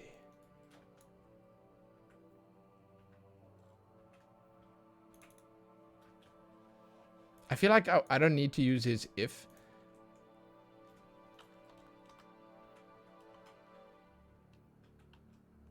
I'm just going to try to do something stupid and basic to make it go up.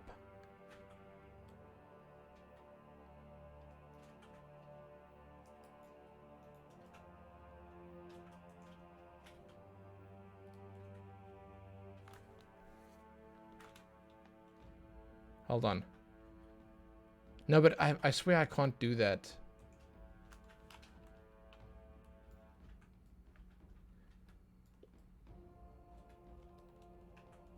What'll happen? I have to test. I just want to know what's going to happen if I do this.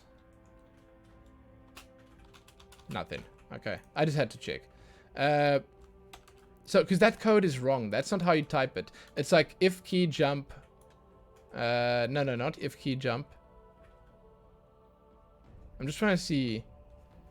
I'm assigning a value. No, that's wrong. That's wrong. It's like, so I'm assigning, how do you make it that when you press the button? Because it's not, I've already assigned a value to it. So I'm not going to check, I'm not going to check. He's already done it. It's the same. The button is already, that's how you check if the button's pressed. That whole thing is key jump. So when key jump is pressed, so it's like if key jump, that's how I would.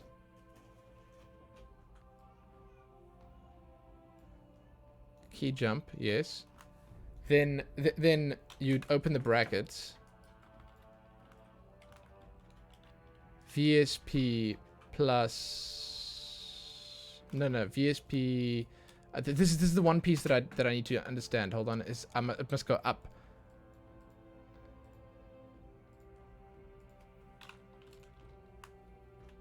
I doubt that's it, but I want to try anyway. No. Close.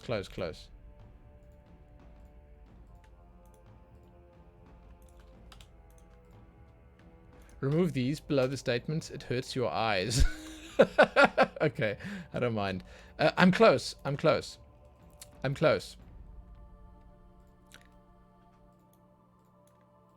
Oh, Taraxa? Yes. Yes, edgy. This gets indented in one. You're right. So Taraxa has given me tips, and I appreciate that. Accordion, what's up? Thank you. Hello. Taraxa. So now I need to check if it's true or false. Wait, hold on. So now it returns true if space is pressed and false if it isn't. So if it's being pressed. Yes. It's now. Then I must set the speed.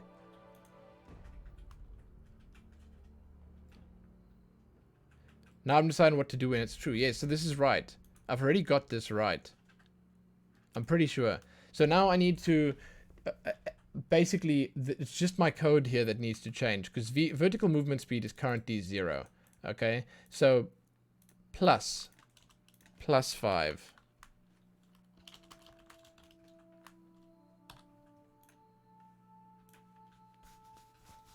Oh shit, there's an error.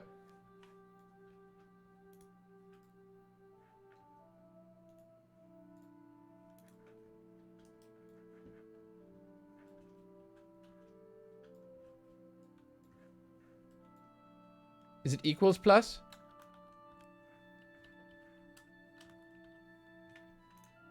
Ah, thank you, Traxa. Thank you. I had the idea right. Oh, plus equals, not equals plus.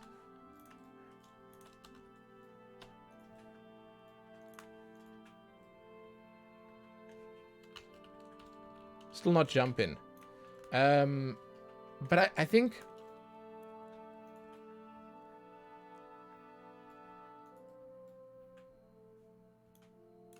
Try minus. Oh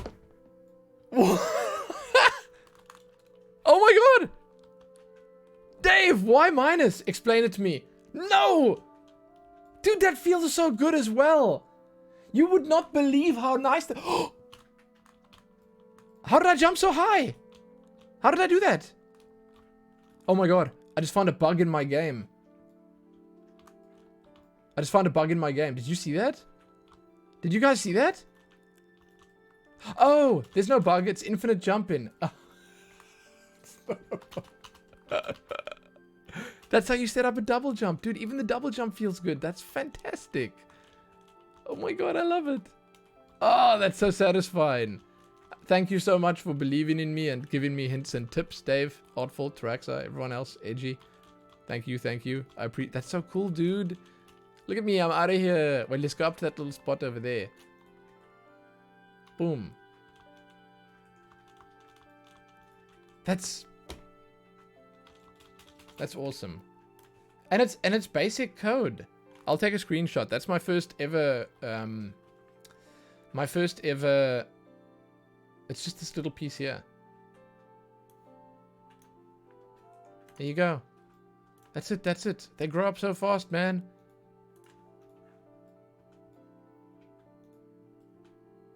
Now let's see what Sean does. Dude, let's see what Sean does. Just another collision check. X, our current X coordinate, Y plus 1, so 1 pixel. What is coyote time? I have no idea what that even is, dude. But I like the double jump I added. Below us, remember vertical movement is positive if we're moving down, or it's negative if we're moving up. And O wall for the wall object. Close both pairs of brackets. And open squiggly bracket and close it again. So if we're on the floor, okay? So if we're on the floor, we also then want to check to see if the jump key is being pressed. Now I could type if the jump here and open another if statement, but we don't need to do that. What we can do is combine our current if statement with another one. So if I type 2 ampersand symbols here. This is new, this is new. Or I just write the word and. This is new. But I'm going to use the ampersand symbol. It means you can still jump slightly after you've fallen off. Oh, I know what Coyote... Dude, Taraxa linked me a video of Coyote time. Dude, Taraxa, can you even remember? Shit, I wouldn't even be surprised if you could still remember. Was it with Celeste? Taraxa linked me a video about Coyote time that I actually watched. And it's this thing where, before I even read your stuff there, where the second you push off the edge, just as you fall off the edge, you hit the jump. It's even Guild Wars does that. Okay, where that's the perfect moment, because if you don't hit that exact frame, you can't make the difficult jumps. I actually love that. It's heckin' satisfying. It's super satisfying, dude. Yes. But it's like literally just a split second. It makes the player feel like they have a narrow escape. Okay, so they're basically tricking me. I love it, dude. I love it. Symbols. Both do the same thing. Why would I use that? That means we're going to check 2 conditions. So we're going to check to see if this is true. I'll use and. Whatever we put here is true, okay? And we'll only do what's in the squiggly brackets if they're both true, okay? So, and key jump. Okay. Oh, don't need that other one. There we go. So we've got 2 conditions there if we're on the floor and we've just pressed jump. So what do we want to happen? Well, we want to change. And is more universal. So VSP equals -7. Okay, I'm just going to say, because we're going to move upwards, we want to move upwards by quite a lot, so I'm just going to use big negative number, -7, to allow us to jump. So now if I press F5... Okay, so the reason minus worked instead of plus is down and minus is up. Well, that's going to take a while for me to get used to. Oh! Hey, this is basically Coyote time. I know it's not, but like we can do it. So basically, you can only press space and jump again when you're on the floor with his code. I dig that. My room is the wrong size now. I need to bring this down by 1. Oh, I mean, I guess the way I can do this is I can just move that over. There you go. Okay, carry on, Sean Spalding. He just added an on-floor check. Yes, exactly. You can see we're on the floor there, and we fall to the floor, and if I press space, we actually jump, and then gravity brings us back down. So there you have it. That's the basics. That's setting up. Oh shit, we're at the end of the video. Platform game. That's a lot of. If you're very new to programming, that's quite a lot to get your head around at first. That's cool. So if you didn't understand any of this code at all, first of all, I'd recommend just typing it all in exactly as you've seen here, exactly as I described it, and then what you can actually do is you can middle click on any of these functions. And I love how you explain stuff. To the manual. Okay, the manual will open at the page for that function, and it will tell you what it does. Okay. Hope you enjoyed that, and I'll catch you guys next time. Thanks for watching. Thank you, Sean Spalding. That's fantastic, man. Let's bring the pixel slime in.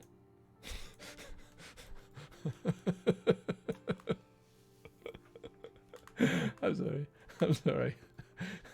You want a big red button that says ship it and it uploads your game? Yeah. Yeah, that would work. 32 by 19? Yeah. Cute. Cute, dude.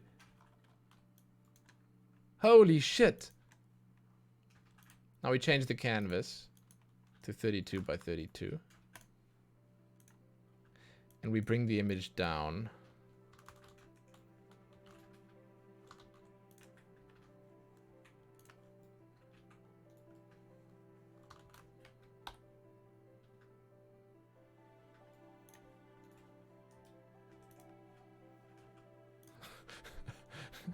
If you'll excuse me, I just have a quick bit of editing to do here.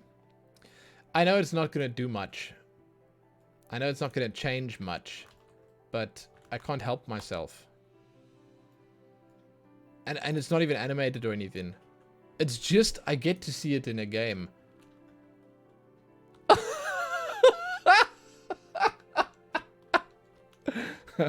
Can I make it flip direction based on which way you're moving? I can. I would just add another. Frame to it and make it use the one or the other, right? Or I mean, no. Hold on. You would probably. Shit, I don't want to start butchering the code, but actually the way you do it is you'd probably you'd flip the image.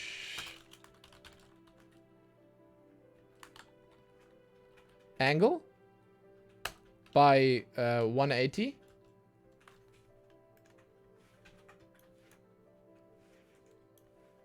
I'm trying to pull this over. Here we go.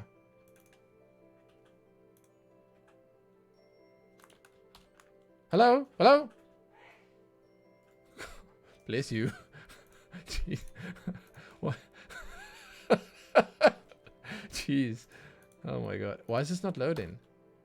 The GameMaker Studio manual is down? What? No, this can't be. Let me open it in Chrome. Chromium is yours. It works in Chrome. Oh my god, dude. What is this shit? Why am I using Firefox? It's not working in Chrome. It's just fake news. Okay, here we go. This value sets the rotation of the sprite measured in degrees, with the right being 0. Up and the left being 180. Why are you using the online manual? I'm middle clicking on the shit. I'm middle clicking on the shit, dude. That's why I'm doing it. I'm middle clicking on the shit. Yeah, like this. It brings up the manual online. It's always online. The first time you do it, it gives you an option to download a local copy. How do I do that? Yours is always local? Also, you should try flipping the sprite. Yeah, well, I mean, that's what I said is like, so,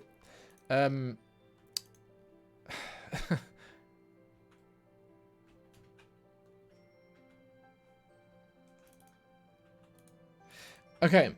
So bear with me for a second here. What if I add... Hey, Kane Prospero, what's up? What if I add a global command? Or at least like a create statement here that whenever I press keyboard left, it flips the sprite to... well, let's see where it is right now. No, it flips the sprite to 0 degrees, and whenever I press right, it flips it to 180. Could I do that? So whenever I press one of those two keys... Yeah, in my movement code, that's what I'm saying. But that's what I'm saying. So here, okay. I can just add here, if keyboard check left, image angle, SPS player. What do I want from there?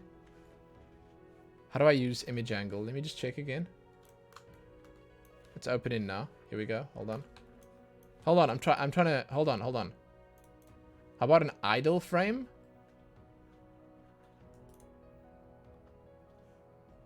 That won't show the flip on the screen. Well, I mean, it will change whenever I press the sides. Dude, this is so annoying. Why is it not opening? Traxa, is there any way to download this locally after the fact?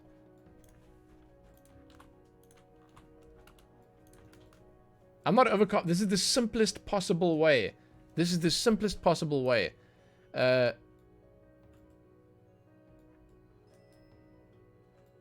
I'm doing it wrong. Because I can't just put the code in here, right? Just set in a bool. No, I'm not overcomplicating it. It's just I need it to... So when I press... So keyboard check VK left. Key left equals VK left. But I need to... I just need to say that whenever you press key left... When I press key left, it will do the thing. That's it. That's all I need to do. So key left. Then do it. I know. I'm trying. Hello, Kane Prospero. Dude, it's good to see you. Hello. It's not a homework stream. I'm learning. It's an educational stream. Dude. This is so simple. Because we did it. Okay, wait. No, we did. Did we do it? We did do it.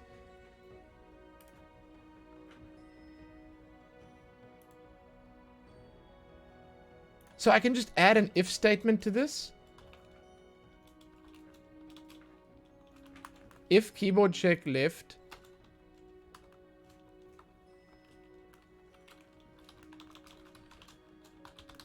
Not there? Where would I add it? Oh shit. Oh, in front of key left.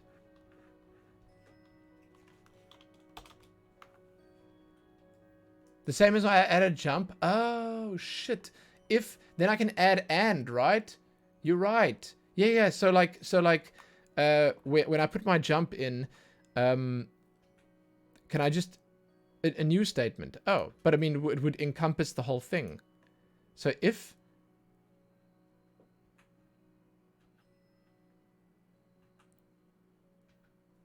like a chain, you think you said it before? This is its own if.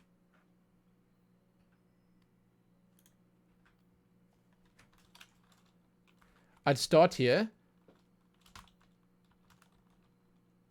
Would I be able to do another check? So in other words, if I say if key left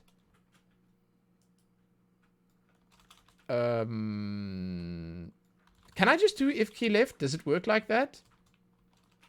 Like as in, would this work? Because I mean that makes perfect sense to me. Then image angle S player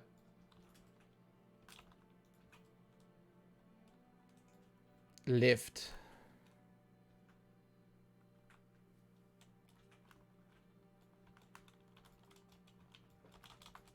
Would I put a comma in here equals How this code, I just don't understand how this should look.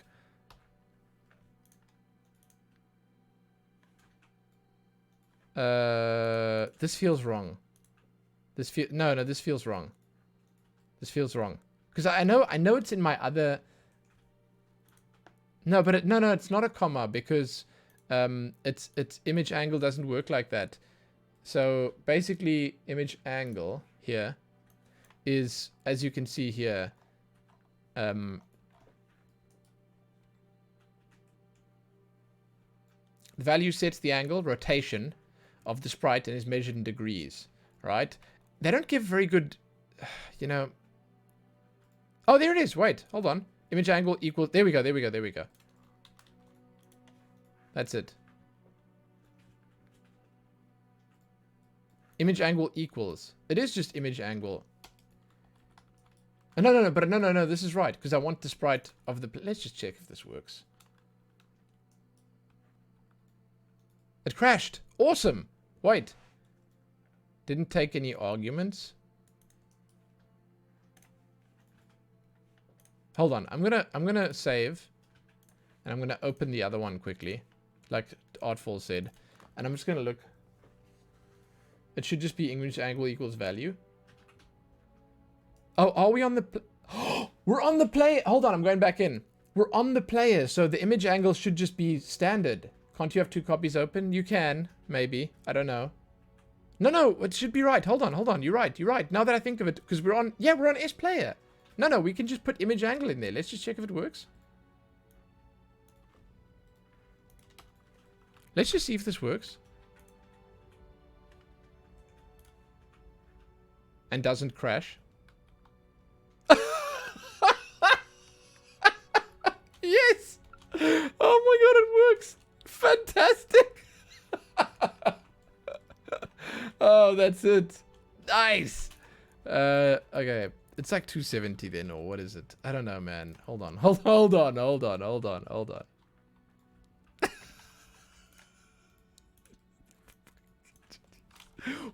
What? Excuse me?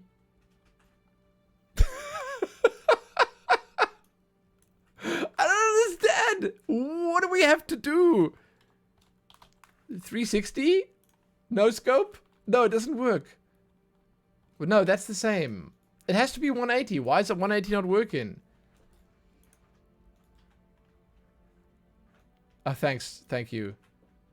Thank you, Dave. You're probably right.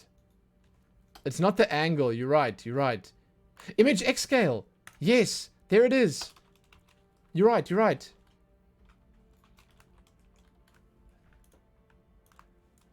Dave is right. Because you're not looking for the angle. The angle was not correct. Oh, it's working. Hold on. One more time. It's wrong, though. It's wrong. It must be -1.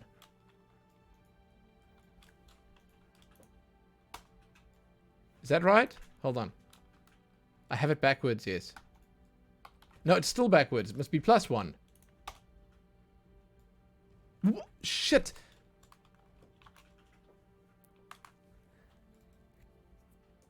Oh, so key right is -1 and key left is +1. Yes. Okay, I understand. But then, is it +1?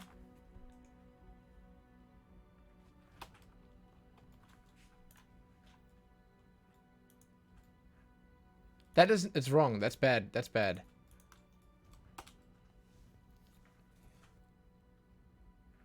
It's just 1 then, right?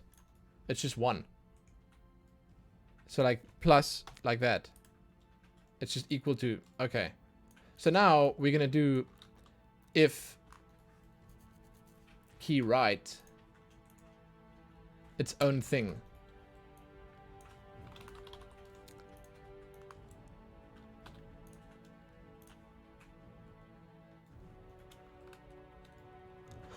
Oh, that's so cute. That is so cute, dude. Oh my god, now I need to ship this. Okay, jeez, god. Oh my god, that is so cute. Okay, okay, okay, okay. It's the little slime that could, dude. Now I'll give it a frame animation where it squishes down and stretches back slightly. I know exactly how. I struggle to do it. So on sprites, let's see, because like you can, right? You're right. So if you add a new frame here, you take this, you copy, you put it in. You'd need to. I'm not gonna make it longer, okay?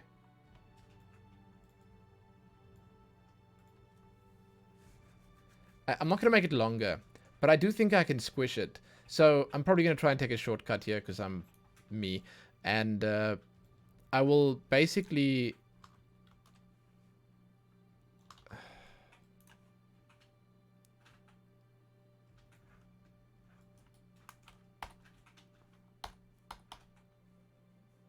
Excuse me, where'd it go? Okay, here we go.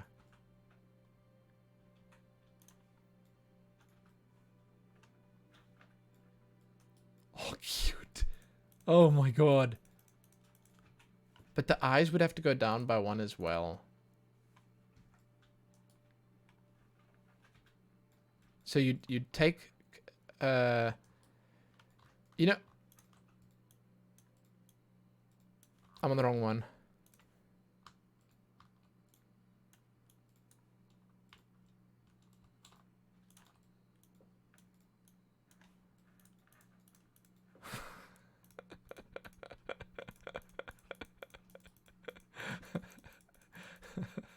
What?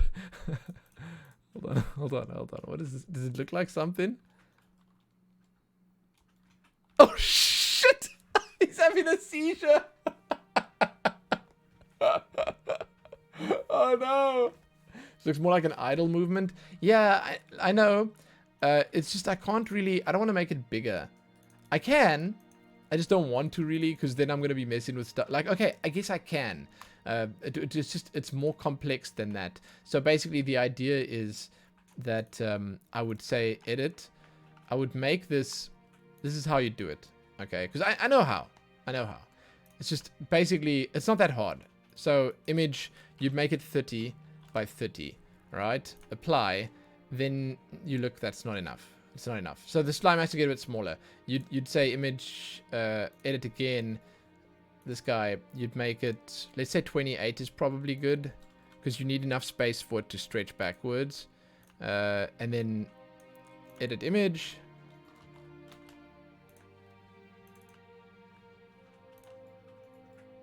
Then we'd take it, we would remove it.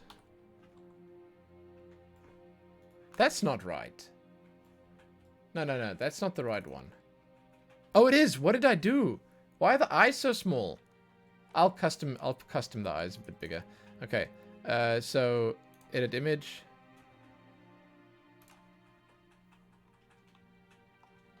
And then the eyes need to be a little bit bigger. I don't know what the hell happened to those poor eyes, dude.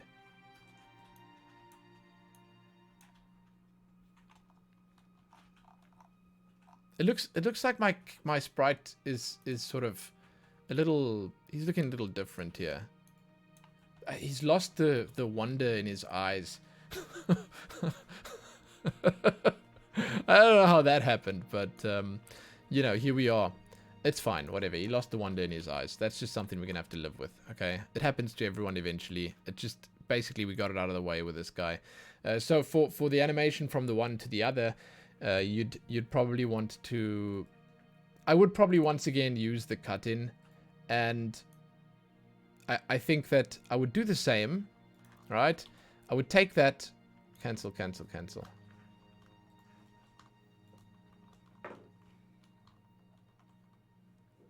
I would take that little bit from the top, and I would make it go one frame down every time, right? So I would remove the top bit on the second frame. So I'd take the whole thing, I'd post it here again. But now I've made the, oh my god, it's made the canvas smaller. Hold on. Why did it make the canvas smaller? Screw you! Stop it! Oh, there we go. Okay, it's fine. We back. Okay. 0.0, what's up, man? 1.4 GMS is better? Really? I think that A-Sprite is much better. I've got it on my desktop. I just haven't... I guess I could do it in A-Sprite? Should I guess? I just wanted to quickly do this now. That's why I ended up, well, just doing it here. I just bought A-Sprite today. Funny enough.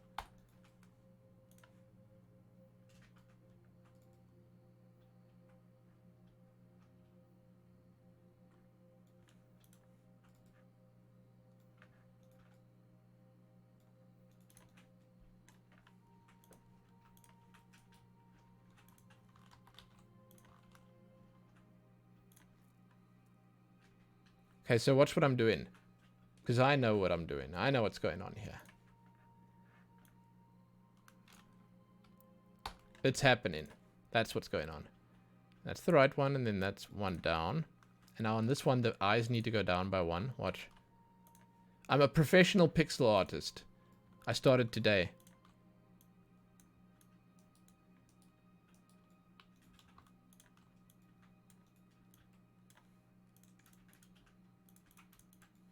Okay, and then the back needs to go out a little bit. So we take that size exactly. The tail would get a bit longer, and these ones would get a bit short. So the same amount, you'd move it 1 pixel, and then you delete off the top 1 pixel here. Well, one block from this, in other words. And then you take this one down as well. So this entire block here, you just take this one down. So I'd cut this. Its default is there, so we take it one down. And you can refill that, I guess. Don't ask me what I'm doing. I don't think even I know.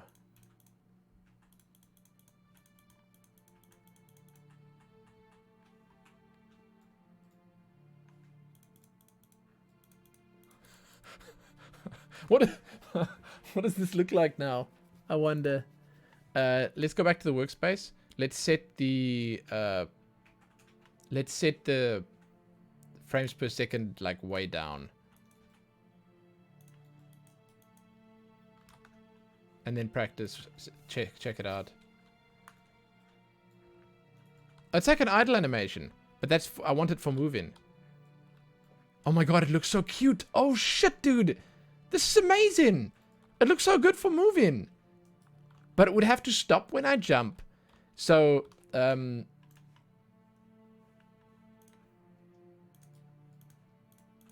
now messing with his code. I don't know if I should mess with all his code. Because I basically, you do image stop, right? When... Is there an image play function? So, like...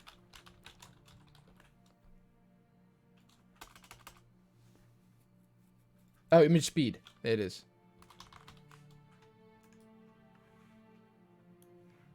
I need to download the offline GM Studio manual. It's just not working, dude. It's just not working. It works fine in Chrome. I just need to get the... Okay. Image speed.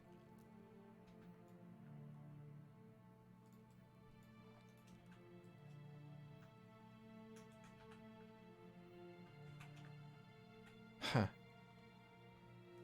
See, I think the way that I'm busy doing it right now is... remember, add 2 or 3 original in the middle. And 1 or 3 at the end. So it doesn't look so fast. Oh, are you saying add copies? Is that what you're saying? So if I was gonna... Thing is, I think I'm doing it in a very, like, I want to say scuffed way. But because I'm connecting everything to the buttons you press. And I realize that's not the way you're supposed to do it. So I think that the way you meant to do it is you meant to add like these things like he's doing here, the blanket statements, where you link it to your basically to your functions, or I don't know, your variables here, and then you again have it sort of trigger automatically. But the idea is I want the image speed to be 0 when you stand in still, and I want image speed to be, let's say 15 when, I think 15 is good when you press in these buttons. So if key right, image scale 1,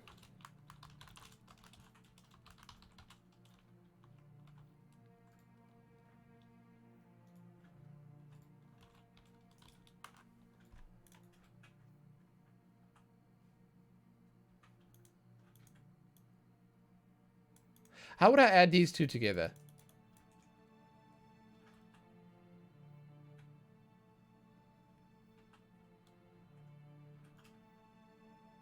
I know there's a problem. I know this is wrong. I'm just wondering, so how do I add two of these codes together?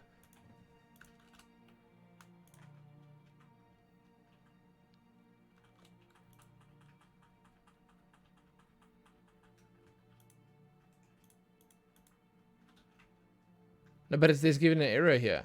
Why am I getting an error? What? Yeah, I just want these two lines to, I just want them both in the same command. So when key right is pressed, I want both these things to happen. Oh, both semicolon? Ah, edgy, thank you so much. No commas. Okay, okay, you're fantastic. There you go. Okay, and then same here. Dude, thank you so much. Thank you. Hanky, thanks. That's it. And then I'm just going to add here at the top, basically,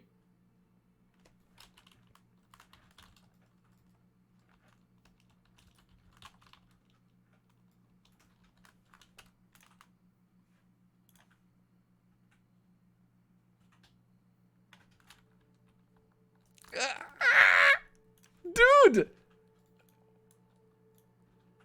Oh, holy shit. It's still too fast.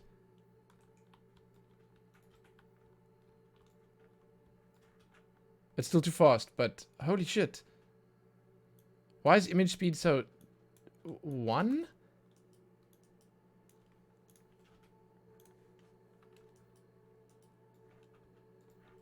Oh my god, cute! Oh my god!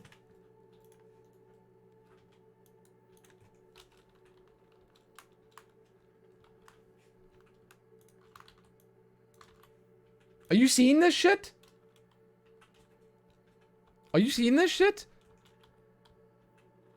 No, faster is better. One was good. One was good. This is possibly the coolest thing. Zoom in, you can barely see. I know. I'm sorry. It's tiny, dude, but it's moving. I don't know how to zoom in. I'm so sorry.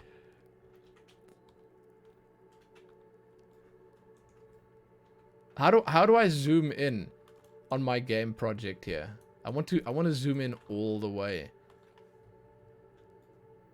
Run against the wall. Oh, cute man. It's so cute. I actually know how to run against. I know how to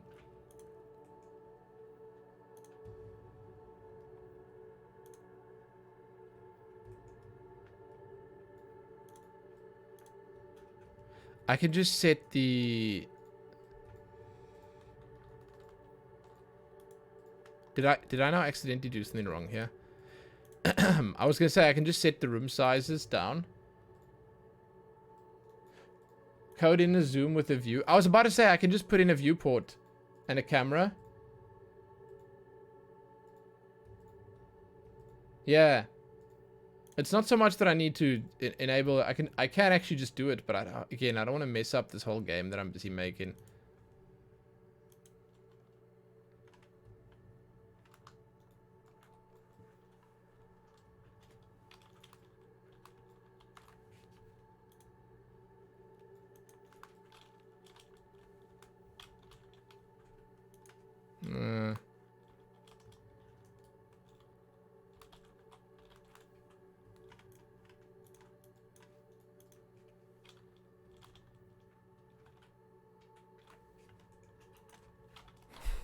This is so scuffed.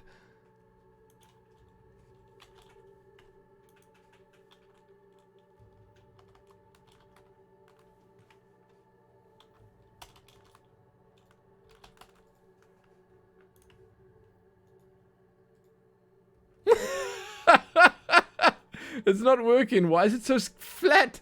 What did I do? It's so flat, dude. It's the aspect ratio.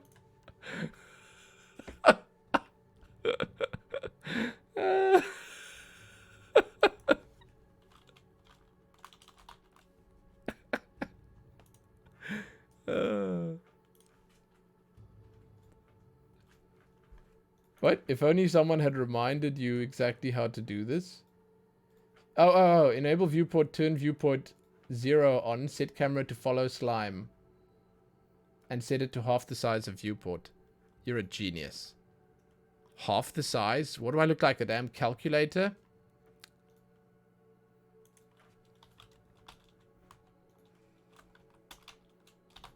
Much better.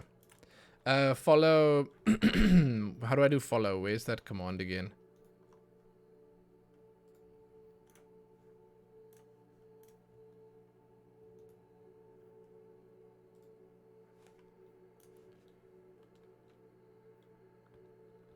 Oh my god. Oh my god.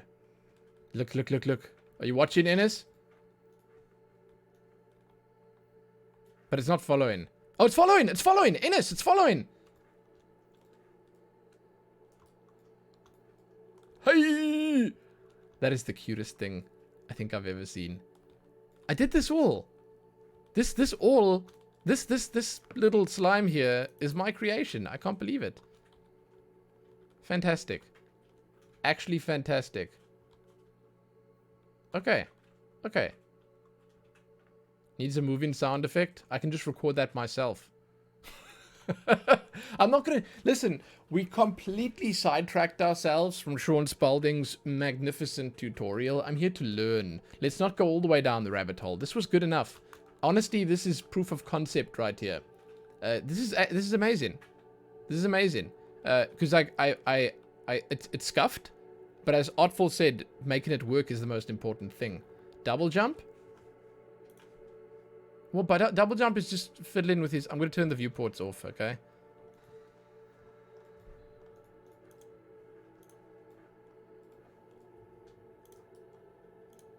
He's going to probably turn the viewports back on. I hope that I didn't break something here, but it's fine. We'll get to that when we get to that. Coyote time. RTX. Oh, I see. You guys are... Okay. I just had an idea.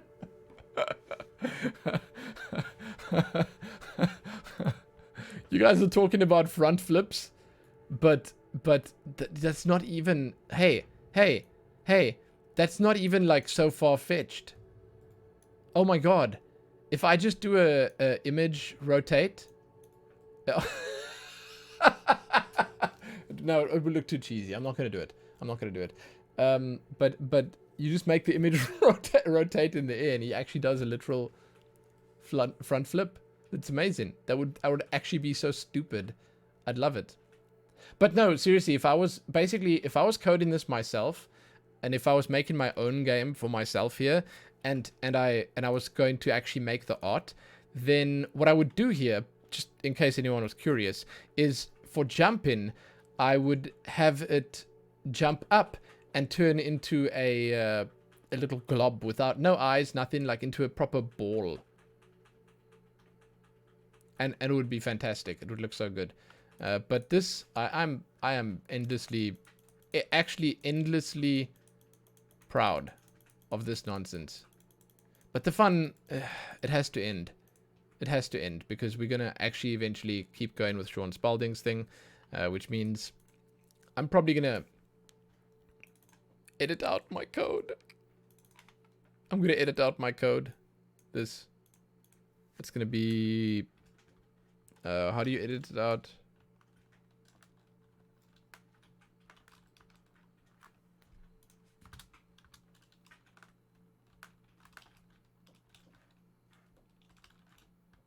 Yeah. Why it's hurting nothing? Because we put in the sprites on in the next tutorial.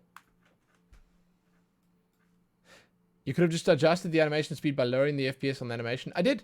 I mean, I did. I did initially. It's on 15. It just wasn't enough. Yeah, we barely gave the slime time to live, did we? But he's going to he's gonna let us put sprites on. Yo, Kratzel, what's up? You didn't know I could code? I can't. Slime, you're out. Yeah, Slime. Slime, you're out. Dude, oh my god. Oh my god, I have to try something clear. 1 second, 1 second. Hold on, this is important. You guys will see what I'm doing right now. Oh, should I have the slime carrying guns around shooting people in the tutorial? I guess I can. Give me a sec, give me a sec.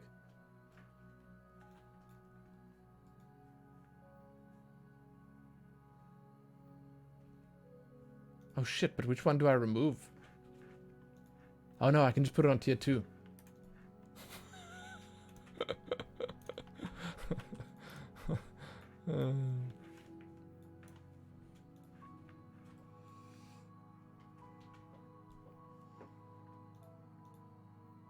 Oh, that's way too small.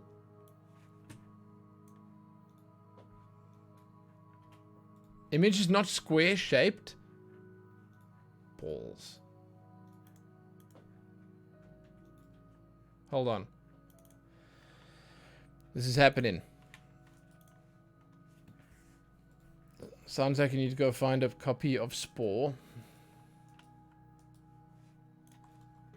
Why is it not square shaped? And why? Okay, hold on.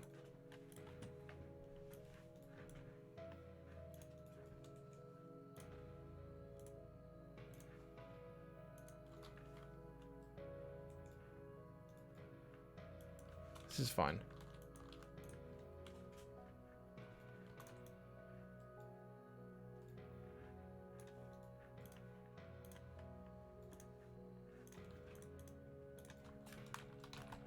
I have to test.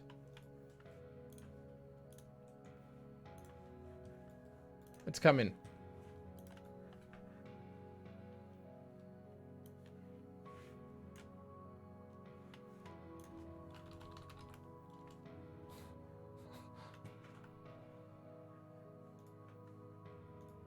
Oh, the black might actually be better. Let's see. Ground looks like butt to you? Yeah. Me too, man.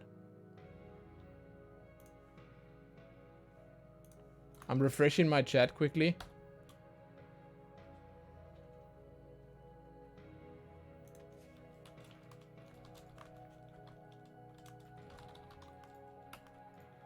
It doesn't work.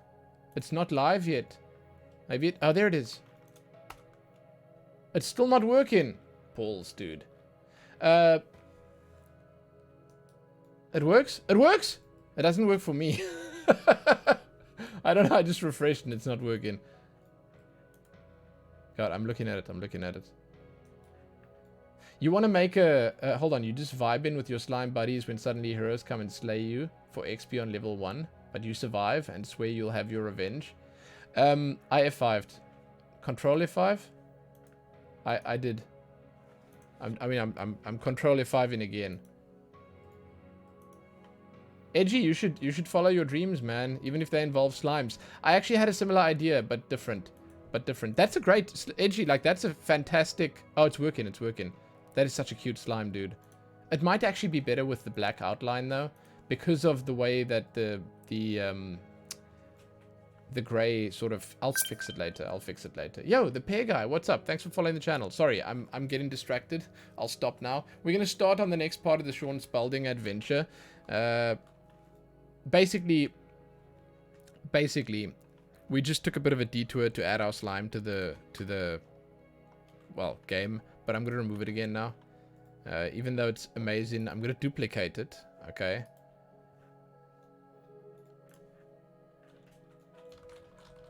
And I'm going to save it. And then S-Player, edit image. Let's go back to the stamp square.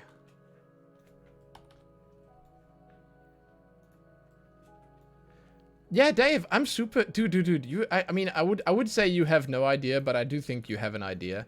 I'm super happy with it. Like, holy shit, man. I managed to make the slime work by itself. And I've got video evidence of it, so that's why I don't mind redoing this. You know? That's why I don't mind going back to the way it was, in other words. I must just remember to comment out the other...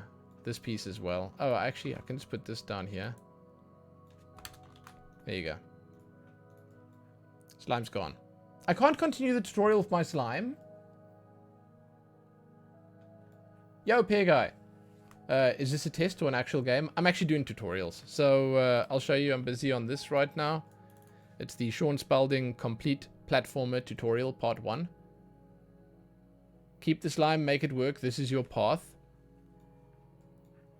And I just finished the first part.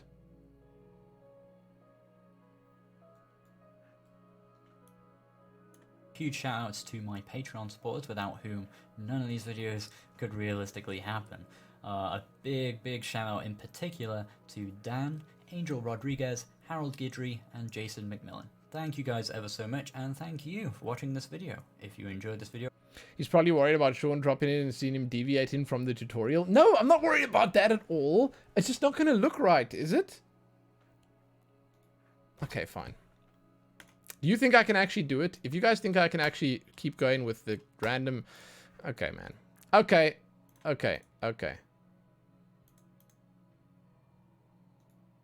You just did it. You peer pressured me into adding my own code, and now you peer pressuring me into keeping the slime.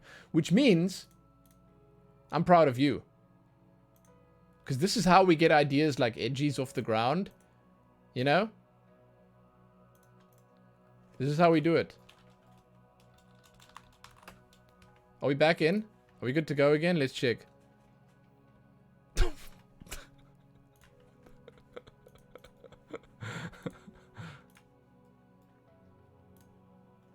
Okay. Are we back in? Let's see. That's fantastic. Actually fantastic. This is fine. We might have to mess around with the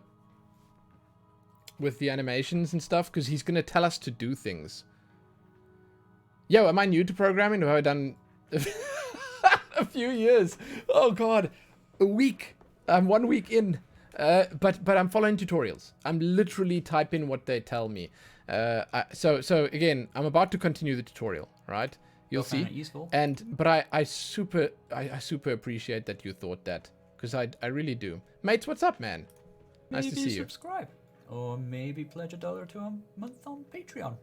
Up to you. Do what you like. But I would totally. Is that his girlfriend in the background? Thank you very much for watching. I'll catch you guys next time. See you guys. Low-key flex right there. Play now. Hello everybody, welcome back to our platformer series. Today we're going to change our little green square into an actual player sprite. We're going to use 3 different player sprites, one to make him run, one to make him jump and fall, and one for when he's just standing around. Cute. And we're going to make him change direction and... Okay, so I think we're going to have to make the slime as the head. That's what we're going to do, right? Right? I have to take a screenshot of this idea that Edgy put in there, because Edgy. Maybe we'll make this. Maybe this will be our first game, Edgy, because I'm making the game with a community, so... As in, I'm making it here live on stream. Maybe we'll make Edgy's idea first. I like it.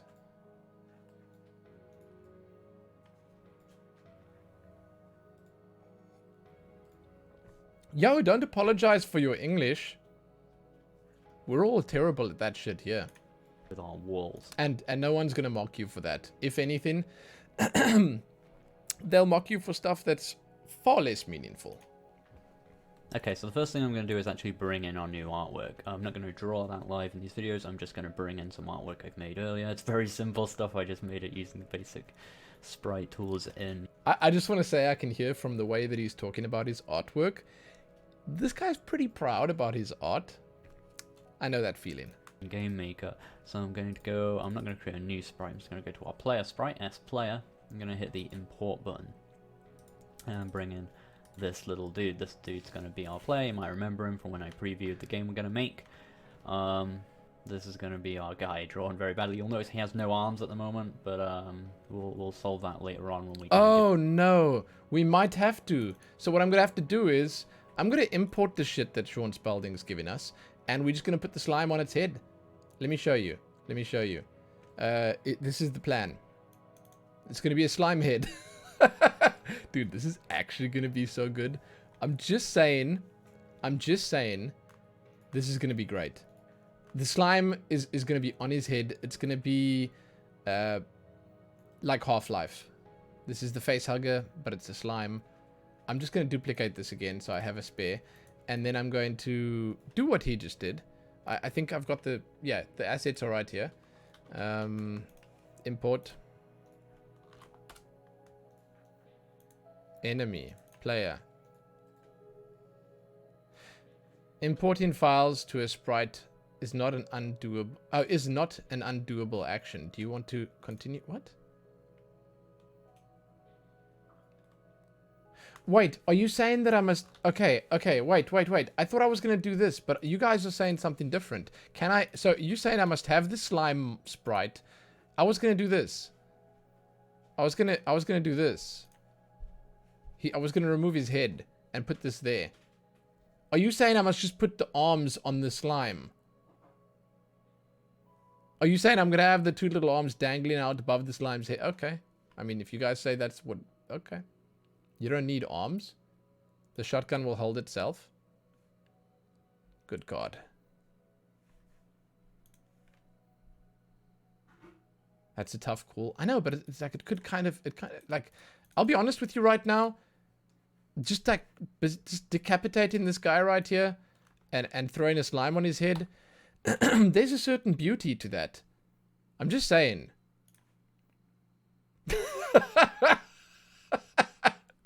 Hold on.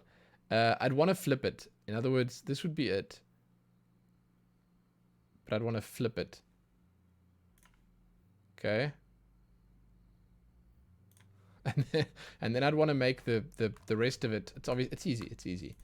Let's just see how this looks, okay?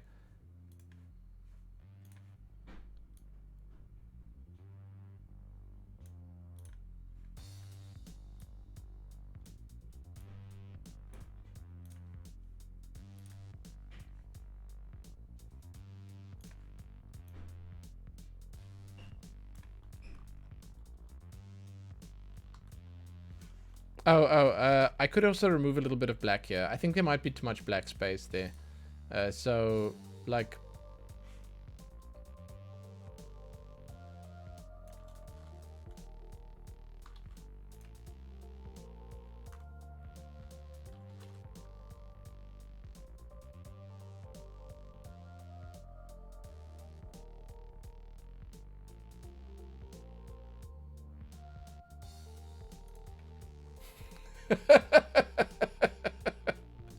I mean, this is kind of cool.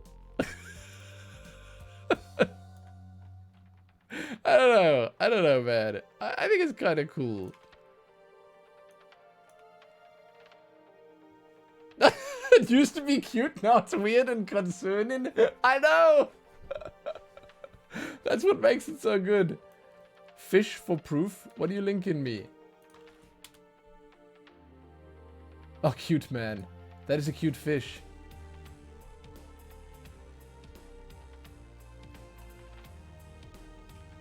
I think this is good. I think this is nice. This is not the slime chilling with his slime buddies in a beautiful forest until the heroes come to slay him. This is something entirely different. Yes. This is something that I think is maybe an evolution of this idea that you just had. Watch. Oh, okay. Obviously, we have to remove our code now. Is that the size of the guy? Oh, he's going to put a camera in. I love it. Oh, shit. I love it, dude.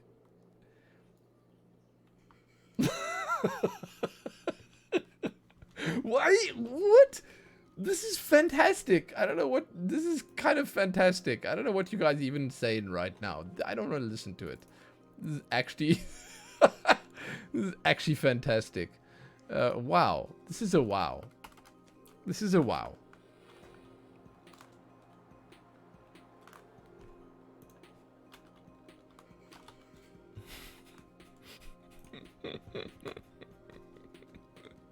Okay, it's fixed.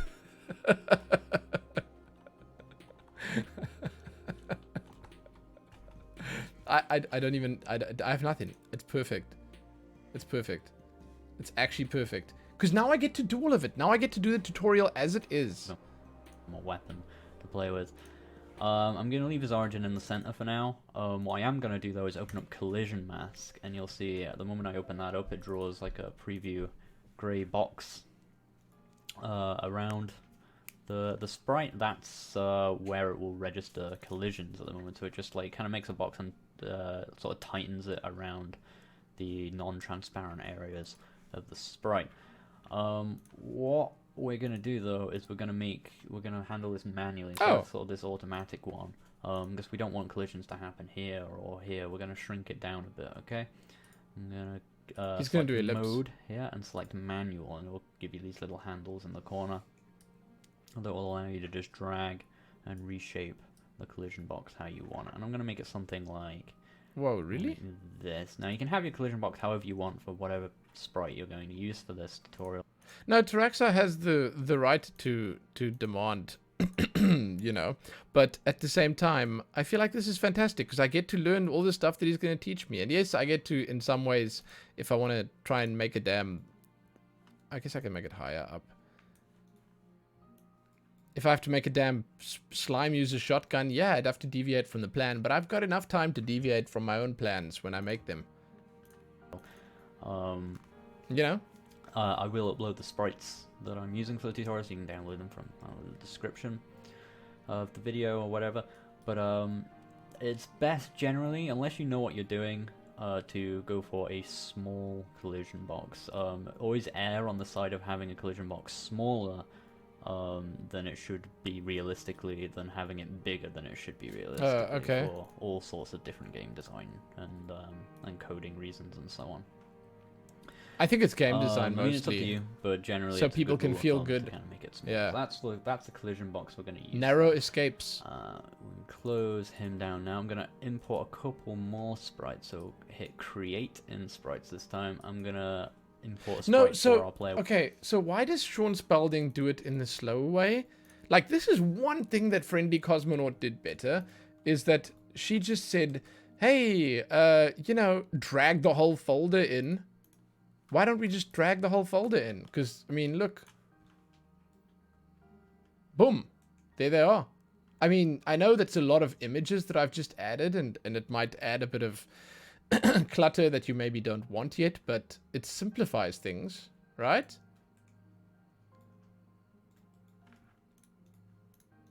I think it simplifies things. Now I have a lot of assets I may or may not use. What? I mean, I'm fine with that. I'm fine with that. I'm fine with that. So, what am I doing with this now? Close these. It's just I don't have to go through the process of clicking import, import, import, import, import. Oh, no. You're gonna use all of these assets. It's all assets for the same thing. I'm not bloating the game. I will use them all eventually. It's just he's going to tell me to bring them in one at a time by clicking on import. I bet there's a close all button somewhere. Anyway, let's carry on and see what he does next. When he's running, and another sprite for when he's jumping as well. So I'm going to call this S player and then capital R for running. Okay, and I'm going to click import. Oh no, I see. I see why. Let's see if it works. Maybe there's a reason. Oh, okay, there's a reason. Okay, so I'll remove them quickly because the reason is he imports the player's strips. I suppose he's doing it the long way so that you can learn.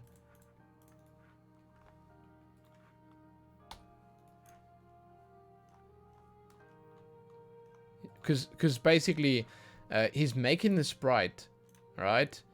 And he's bringing in a strip. Yeah.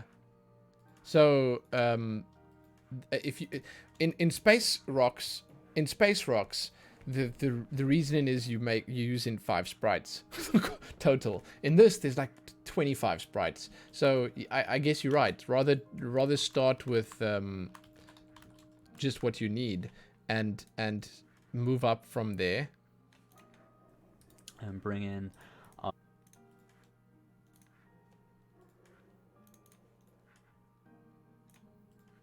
Oh my god, that's kind of cool. Let's see what it looks like. Oh shit! As Edgy said, subfolders are great. Subfolders for props and environment. Oh yeah, okay. I hope he tells me how to. Well, not how to. I know how to do that, but I mean, I hope he tells me to do that. This sprite here, splayer R strip 4. But yeah, you're right. One thing that's kind of interesting about importing sprites is if you include the word strip at the end of your file name and then a number, GameMaker automatically realizes that that's a strip image and will break it down into frames for you. So you see this image, this is just one complete image that's like for this dude just in a row, very evenly spaced out, animated in kind of a running sequence, just a little sprite sheet. But because it has the word strip 4 at the end, instead of importing it as just one image, it'll automatically break it down into 4 images. So it's the word strip and then the number of frames you want to break it down into. So if I import that, click yes, you'll see it automatically comes in with all 4 sprites and a little animation. He's got his speed set like to 15. And if I hit play, I can see my little running animation on this dude. Okay, I'm not going to change the collision mask on this one. What I'm going to do later is make it so all of these sprites just use the collision mask from splayer. We'll see how that works in a minute. So I'll go ahead and close that. Let's create another sprite. Import. I'm going to bring in this guy now. This one's not an animation as such. It's just a sprite where I'm going to keep the frames I'm going to use for when I go up. So this is my moving. Oh, it's the jump in. That's kind of smart. And this is my moving down frame. Okay, when I'm jumping and when I'm falling. Oh my god, we actually going hardcore here. He's like adding a whole lot of different stuff. You see, I just want to say most of this stuff would probably not have worked very well with the slime, as much as I might have to actually, like, because he's, oh god, this is really serious, yes. God damn, I didn't expect this. He's actually got proper animations for, like, everything. Wow, dude. Wow. I didn't delete the animation, it's right here. Okay, I'm going to call it S, player, A. So we're never actually going to, A for airborne, we're never actually going to play like this as an animation, like for obvious reasons. It's just going to pick between one of these 2 frames to show when we're in the air, okay? And we'll see how that works. So a couple of different ways of working with sprites here. We've got a still image. An image is just a collection of sort of state-based frames and an actual animation. Okay, so how do we make our player object, who before only had one sprite, move between different sprites? Because we replaced our original square, you can see he's already got the player sprite going on there. But something, before we get into actually changing the sprite around, where it says collision mask here, it says same as sprite at the moment. So it means whatever sprite we've got assigned to the object, it's going to use the collision mask for that sprite. It's obvious why that's the default, but it's not what we want here. So I'm going to click this and select S player, so it always uses the collision mask that we defined in S player, this one, for this object, no matter what sprite it's using. Okay, and that just saves us having to manually set all the different collision masks for each sprite or change it's using. Okay, and that just saves us having this and select S here. So I'm going to click this and select S player. Oh, okay.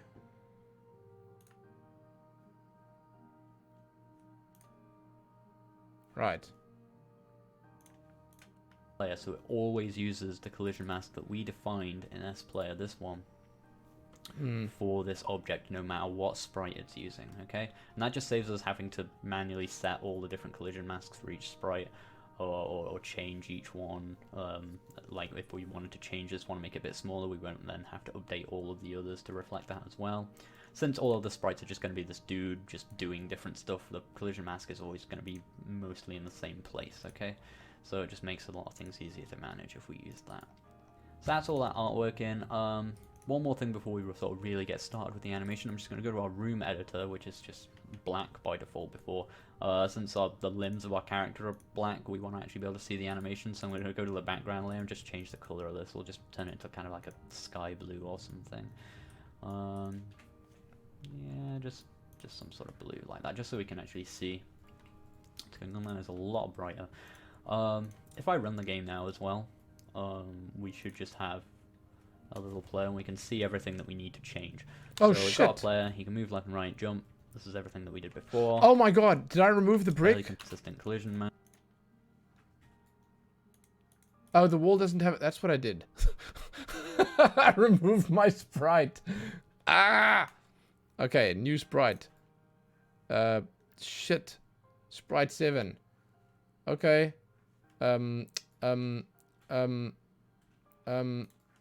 What was it called? Oh, no, S wall, right? Okay, hold on. God, I made a mistake. Because I accidentally removed it when I remember what it looked like. It's fine. Sprite S wall. Edit image. Did he make it 64 by 64 or was it 32 by 32? I'm just trying to look quickly. 32 by 32. No, I didn't make a gray box. I'll show you. It was special. It was special. it was a special. I made it. I actually drew some artwork for this, dude. Watch. I'll redo it.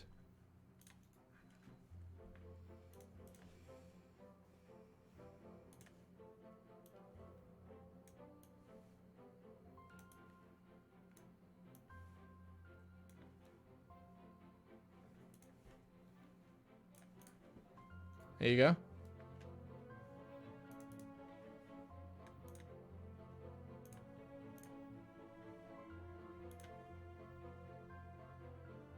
No, it's a gray box with lines.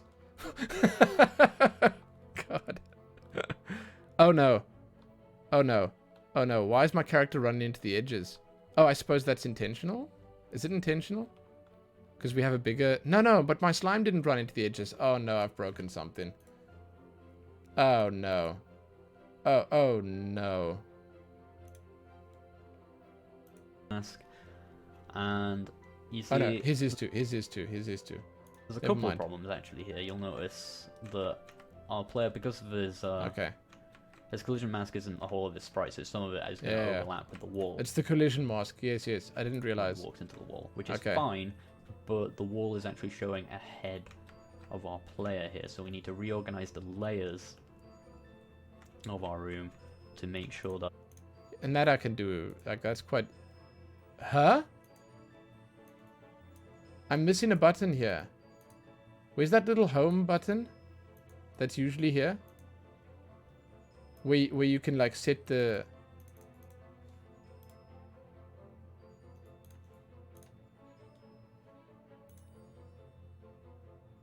Is that only for rooms? Oh, shit. Okay. Wow, I had no idea. Our player always appears in front of the wall, which will just look a bit better than him sort of slotting behind it like that, okay? The other problem is obviously our character is always facing to the right, so we're going to fix that. And last but not least, obviously our character doesn't animate at all. He doesn't do his running animation, doesn't do his jumping or falling animation, and so on. So those are the things we're going to fix.